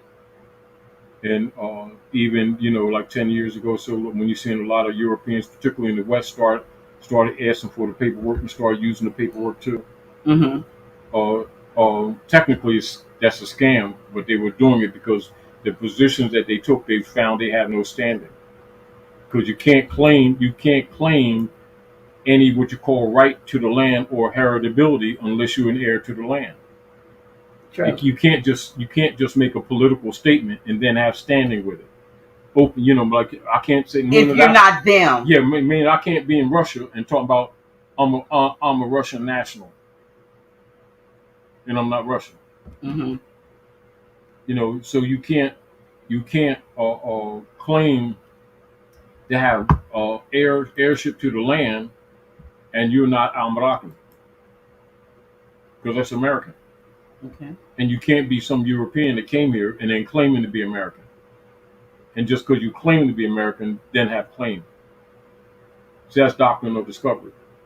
And this is back to, the subtleties where a lot of hybrid Europeans have used different methodologies to reverse their economic losses by the middle class being dissolved politically. Mm-hmm. And then they're no longer able to hold on to their properties, etc. And then you see them, and this is where a lot of these different methodologies of holder in due course come from, whether you're dealing with the birth certificate, marriage certificate, etc. And the Cusick number, all of these different methodologies still deal with the quote unquote holder in due course position. Remember, mm-hmm. any of those activities seek to be holder in due course. Now, once you make that claim, you got to prove that you are. No different. Like when you read the letter from Secretary Roots, and it says that anyone who can't prove, he said prove, right? Foreign citizenship or protection, or ipso jure considered more subjects. Mm-hmm. That means anybody here, don't care what they claim. They make, if you make another claim outside of that, claim has no standing. Because remember, when they're making these claims, they're making these claims to these people that are claiming the jurisdiction. You see the point? Yes. I was looking at somebody's comments. Oh, here we go. I just have to put this up because I'm always interested in people. And as much as I read the Bible, I had not paid attention to that. Daewoo Ali, the Soul Sage podcast. Engines is written twice in the King James, warlike machines. He said, got him. Mm-hmm. And he's right. So when how many overlooked that? Mm-hmm. How many, I know it digresses, but it just lets you know how many things we think are new and modern. They say it's nothing new under the sun. Yeah. Absolutely. So yes, you can look in the Bhagavad. I never get to say Bhagavad Gita. Bhagavad Gita, and you'll see, when there were flying machines and what is it called? Forgot what they were called. Vimanas. Yeah, Vimanas and they were flying things that took flight, things that had wheels and engines and so forth. Thank you for bringing that up. Yes, appreciate you. That's right up my alley. I was like, yeah. And the people keep falling for it. Yeah. Look how many of the brothers and sisters of Semite tribes, right? Many of them who betrayed the same way they did in Second World War. What was doing a lot of translations for the Europeans, just like we were. You know, many of the translators for the Germanic for the War of Germany, etc., were what? People who claim to be Indians. You see the point? Why? Because your Powhatani linguistic form is ancient and is still what they call, some of what you call Egyptian dialect. People don't know these things. Yeah. And yet in the people's mind there's no relationship, is there? Huh? Urdu. Yeah, I'm not sure. Blessed Goddess is asking for Mr. Bey's contact information. I don't know if that's you, but if it's this Mr. Bey, Grand Sheik, we don't. The contact information would be to contact the House of Reawakening Minds. You could do that via the website. We don't have any different contact for him. Okay, just if that's who you mean. Just, yeah. And see, Who's that? and this is where Right here. Yeah. Now, You don't even even want me to put that up. no, I was just making that point Yeah. to you how, because that's the West. Right. The Maghreb means the West. Well, So they've when conquered you talk the West. about the when they were going west, when they was like how the West was one, but Yes. but directionally, since things are upside down and all that stuff, I was just looking at something because I was trying to figure out, when you hear they said California was an island at one point, and then I found out that there is a river or a lake or something that used to run between whatever borders California, and it was California was surrounded by the Pacific Ocean, I guess, to the west. You're talking about Tulare? I don't know what the name was, Well, but it sat out by itself. But eventually, this river, lake, whatever it was, it dried up. Oh, Tulare. Okay, so California was in fact an island. Almost, yeah. Almost, yeah. Because I was trying to figure out how did California become an island? Tulare, because Tulare covered most of the southern central part of Khalifa's land was, mostly covered by Tulare. I also As heard a matter of fact, Tulare is filling back up now anyway. Well, Yeah. okay. So I also learned that Queen Khalifa was, so, benevolent. They have her, Wait a minute. She was so benevolent to the people of the land, but when the, as they said, the European invaders, she had griffins that she had trained to eat white flesh. Well, So they we were like thought warriors. griffins were mythological, Yeah. but they say she had them and they were trained to eat And white flesh and matter so of fact, forth. she was one of the last of great warriors. Yeah. And they have her sketches of her all over California with dreads, and people know her Khalifa, and yet you could see even to this day half these people still don't get it. And yet it's common when you go travel around in California area, you'll see both murals and carvings on stuff with Khalifa with her dreads. Chemo says those are giant eagles. Well, whatever they call them, griffins in this thing. But yeah, they pretty much could be because things were a lot bigger. Them big in birds the past. that they concentrate on killing them off. Yeah. As a matter of fact, you'll see a lot of hybrid Europeans posing with them big griffins. In the late 18th. Well, they were protectors of the nation. I don't know what happened. Maybe start shooting them down or something. It's fraud to label you a U.S. citizen if you have never. Yeah, I'll bring it up. Is it a fraud? It's fraud to label you a U.S. citizen if you have never went before the State Department and denounced your Moorish nationality and your allegiance to the Empire of Morocco, U.S. citizenship and naturalization. Yeah, law. and this is again even with people who claim to be U.S. citizens, and they don't have a card. Their claim is fraud.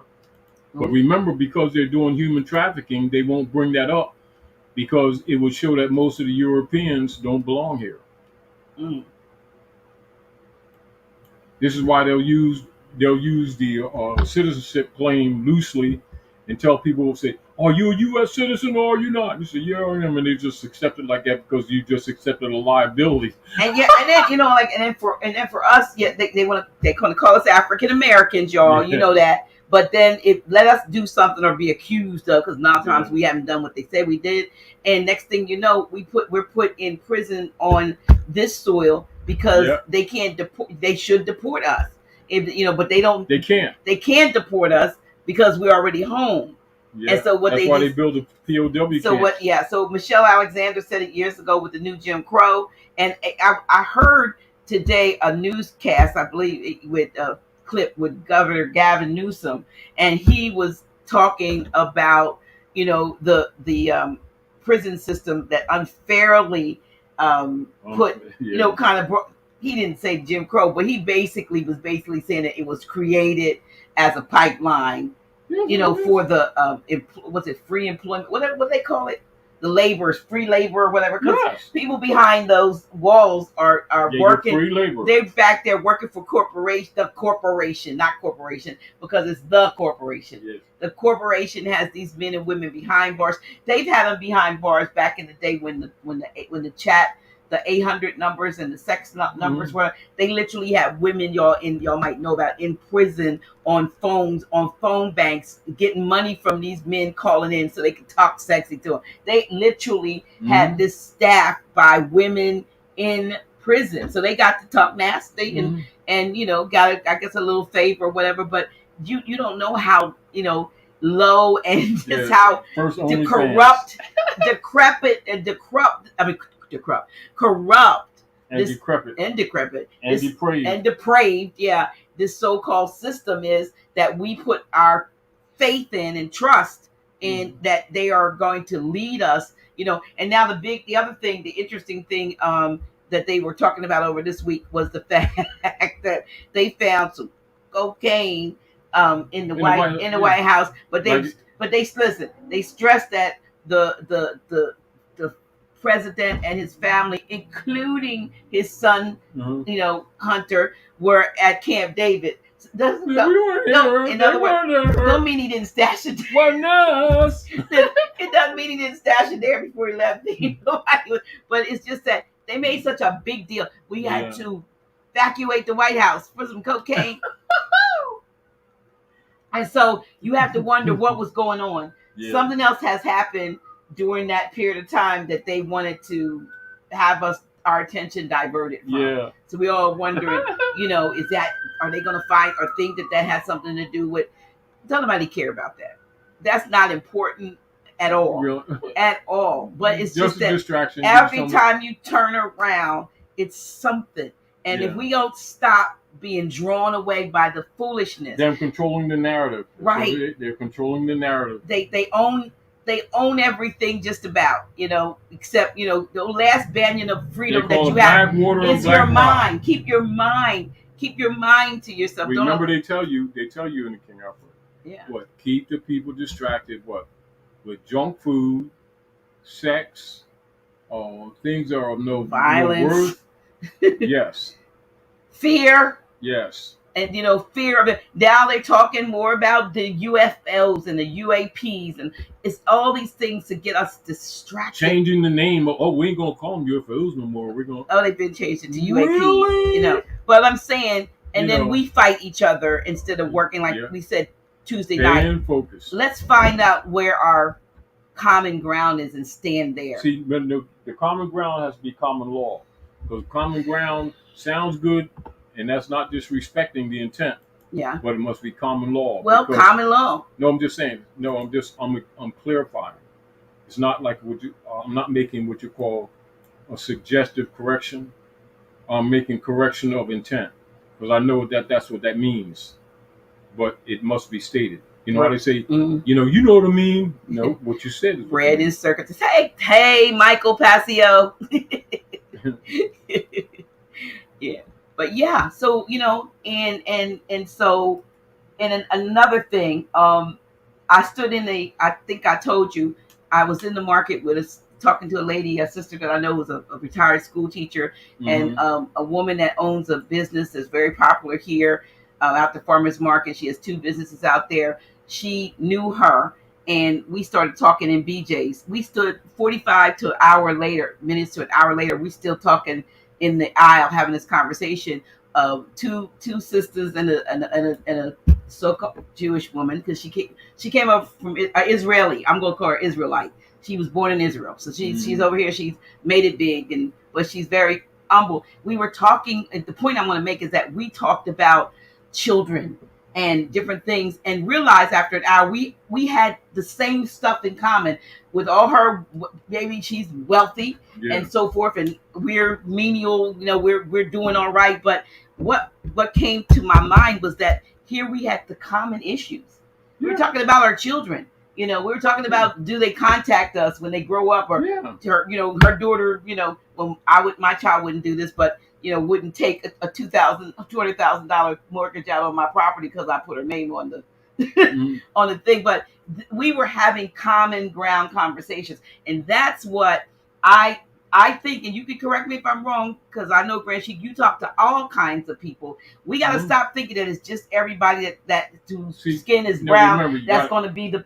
That's as soon as you go there, it's in the dead paradigm. No, I'm saying. No, I'm just saying. We need to find common ground, because there are people. So this is the common ground. Yeah, let's talk about that. No, the common ground is the common law, and the common law mean, where does the common law come from? And this is very important, Dr. J. Go ahead, read it, and I'm going to show you the important common law. Oh, you want me to read common law? No, I'm going to read it. I want you to analyze it while you're talking, and why I keep making these statements that I'm making. All right. Let me just see what else y'all was saying, because some of y'all may or may not agree with me. Now listen to this. Common law. Common law, as distinguished from the Roman law, the modern civil law, the canon law, and other systems. The common law is that body of law and juristic theory which originated, developed, and formulated, and is administered in England, and has obtained among most of the states and peoples of Anglo-Saxon stock. So now you got to deal with the Renaissance, right? Mm-hmm. All right, now. So the common law, as distinguished from law created by the enactment of legislation, the common law comprises the body of those principles, pay attention to this, and rules of action relating to the government and security of persons and property, which derive their authority solely from the usages and customs of immemorial antiquity, and from the judgments and decrees of the courts recognizing, affirming, and enforcing such usages and customs. And in this sense, particularly the ancient unwritten laws of England. So now you got to know Kent, etc., all this kind of stuff. So now is England the progenitor of common law, or did we have our own? No, this is what you got to put in mind. Who was there? When you talk about ancient, now you're talking about ancient the pigs and the doves. Oh, yeah, that's right. Now this is back to, you can't use the law if you're not a part of it.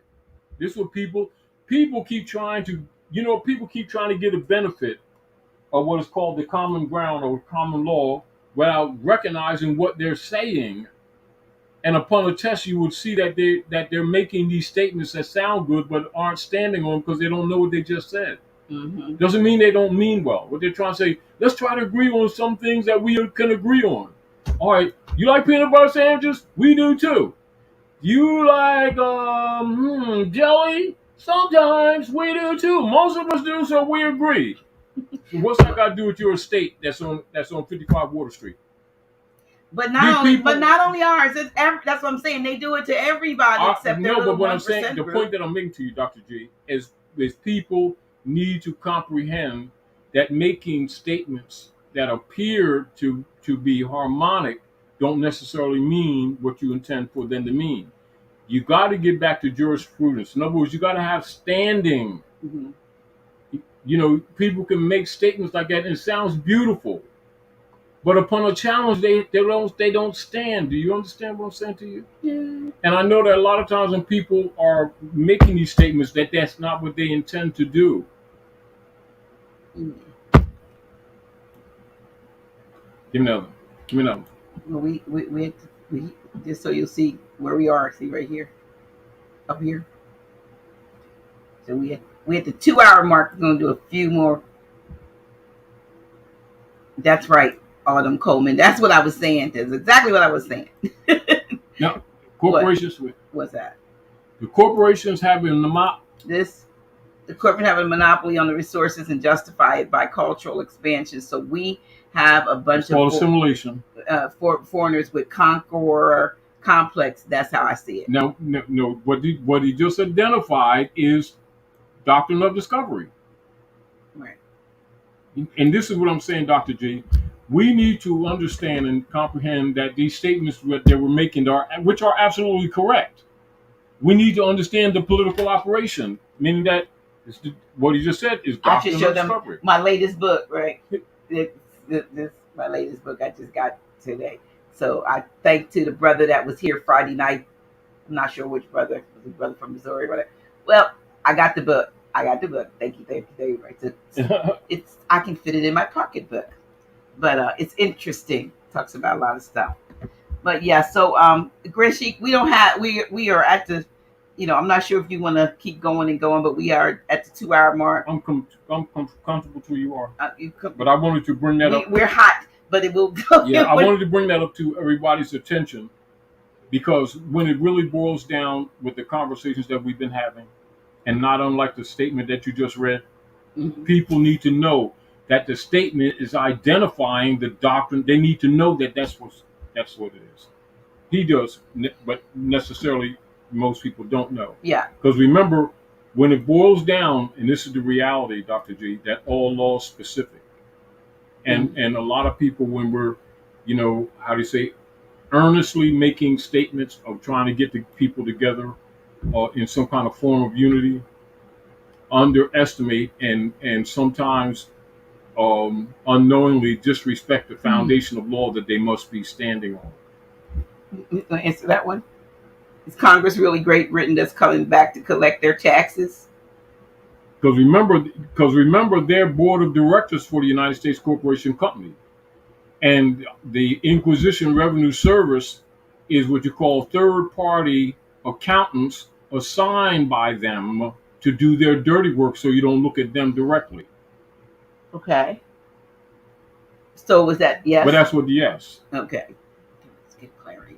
Okay. So remember, what we got to do to make things clearer. We can take same statements. So wherever you see in the statement tax, remove the word tax and put tithe in, give you a clearer understanding. Every time you see the word tax, put tithe. Somebody says, "Oh wow, no, that's not the one." Look, as soon as Taj starts to teach, it's time to cut. We've been here for like 2 hours. What you talking about? Where you been? You just come on or what? But you know what? That's a good segue, because you will be one of the presenters at we're not doing the 4th Friday up close and personal this month, because we have our event. Oh yeah, that's coming, and I know you wanted to encourage folks to come out and be a part,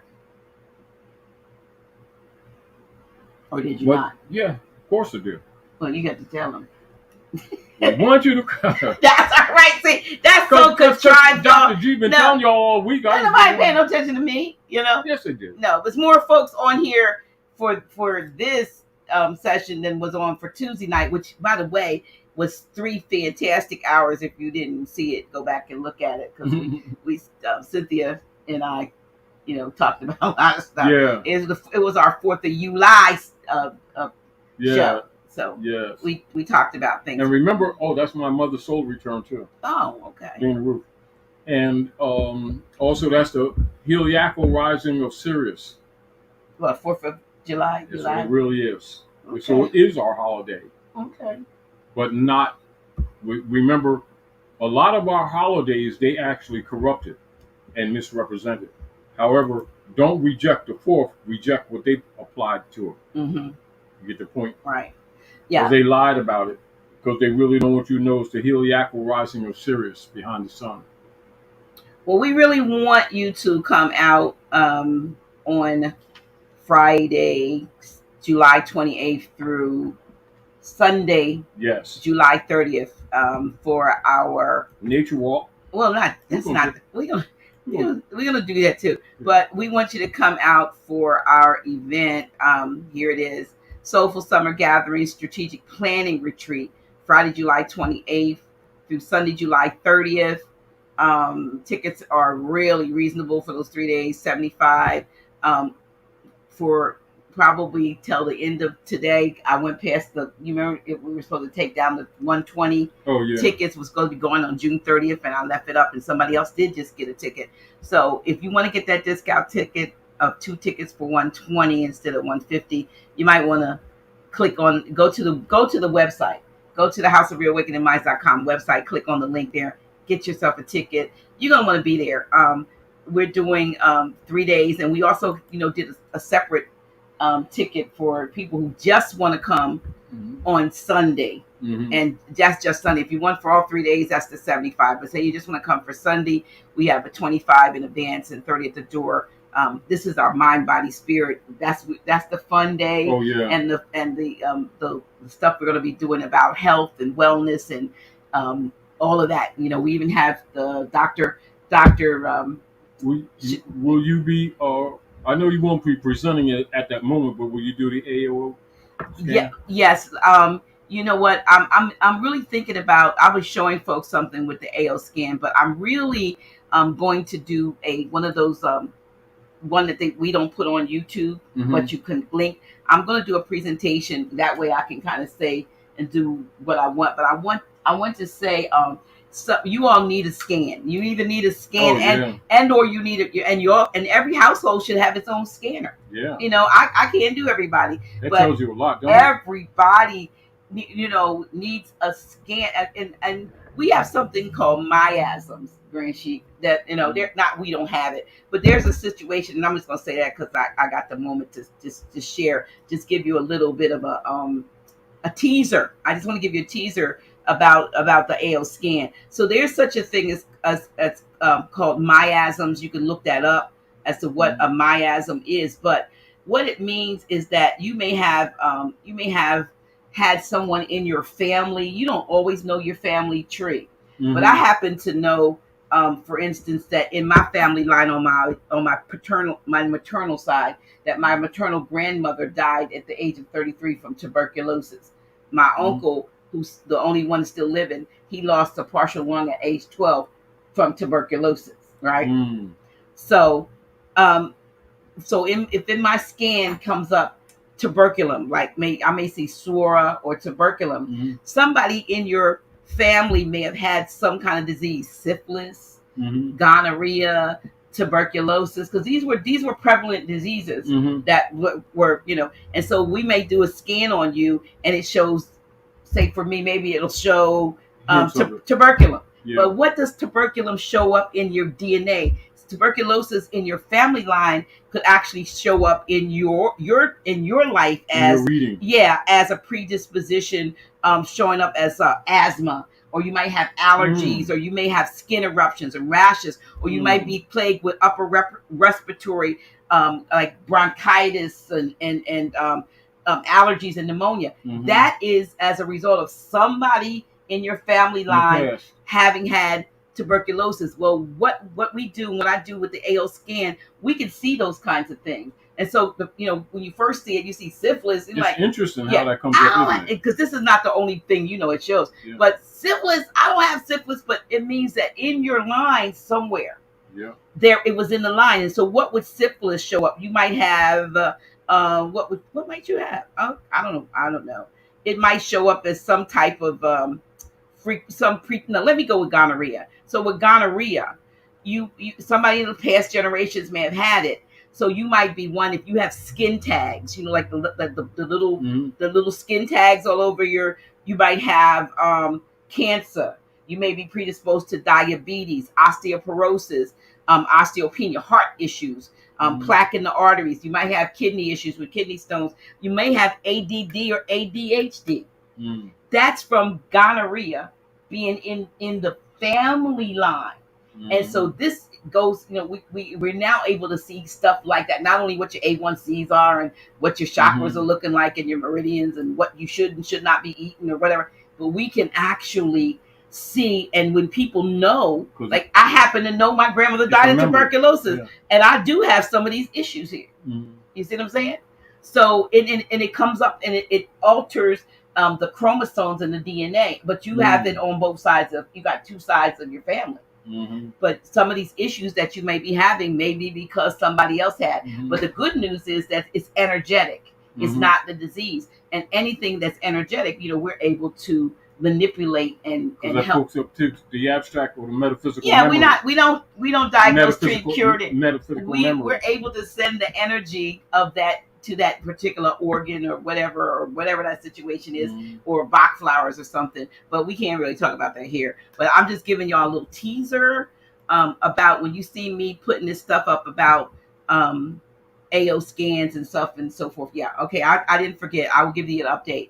Yeah, you might want to look into it. I did a really, really good one yesterday, which was really mind blowing, into the sense that it was very revealing. And sister, she saw herself all through the scan, so she could see it. And there's no way in the world I could write that stuff up. Yeah. Okay. Before we go, I promise. I spoke with Consul General Lamont Maurice a few days ago. A few days ago. We are going to have. I'm waiting for this information to come directly to me. There will be a link on our website for you to go to their page to get an update. There is a need for some things. He is doing well. He will soon, within a matter of a couple of months. Well, yeah, can't give you the specifics of what it is, but he will be. I know when, but he told me he said not to. So we're leaving it alone. But he's all right. He's good. He's coming out. There are going to be some needs to get the consul back up and running and so forth. And so please be on the lookout. If you're a member of the website, you will get a blast from our webmaster as soon as we get the information, which will take you over to them so that you can then directly know how you can get involved in that. But so that's Corey Hall. That's all I can give you. Yeah, okay. Future correspondence. He's good.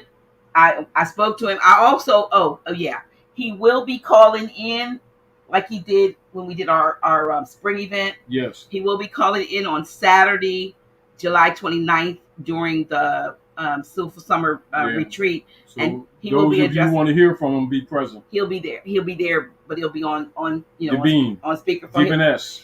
He will be there then. So hopefully that answers your questions. And hey, we are grateful to you, for continue to be, mindful of he and Brother George's situation. You know, and he'll talk about it. Like he will talk about it.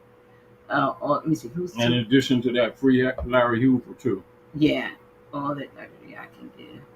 Heals all that. It's natural. I can give you a natural herb. Okay. Oh yeah. Well, thank you. We'll talk. But I will be doing some more stuff regarding. Actually, a lot of being done by those who will be participating on the 30th. Yes. So we want you to come and if you can be a part of it, the RS5, you can't tax it. Okay, y'all good? We good? It's hot. We leaving. I'm just gonna run down to see everything. Okay, thanks y'all. Okay. It come. Oh well. Next time. We thank you so much. And I think that's it. Yeah. Yes. But remember, just as a cover in our conversation, the general conversation tonight was being very casual with you, is we want you to be aware that all the instrumentality comes from the de facto order or bottomry instruments. Get used to it, because as the world turns, these are the instrumentalities that the world is rejecting that has to do with what they call de-dollarization. So when you hear that surface word, Understand they're talking bottomry instruments. Yeah. That's not limited to what they call falsely US dollar, because it's not a dollar. It's US voucher to a double stock trust that didn't tell you that that's what that's to. It's a US voucher to the double stock trust tied to the Sister UV trust run by the Bishopric. God. With that, That's what that is. we out of here. Hope to see you on the 28th. Peace Arena.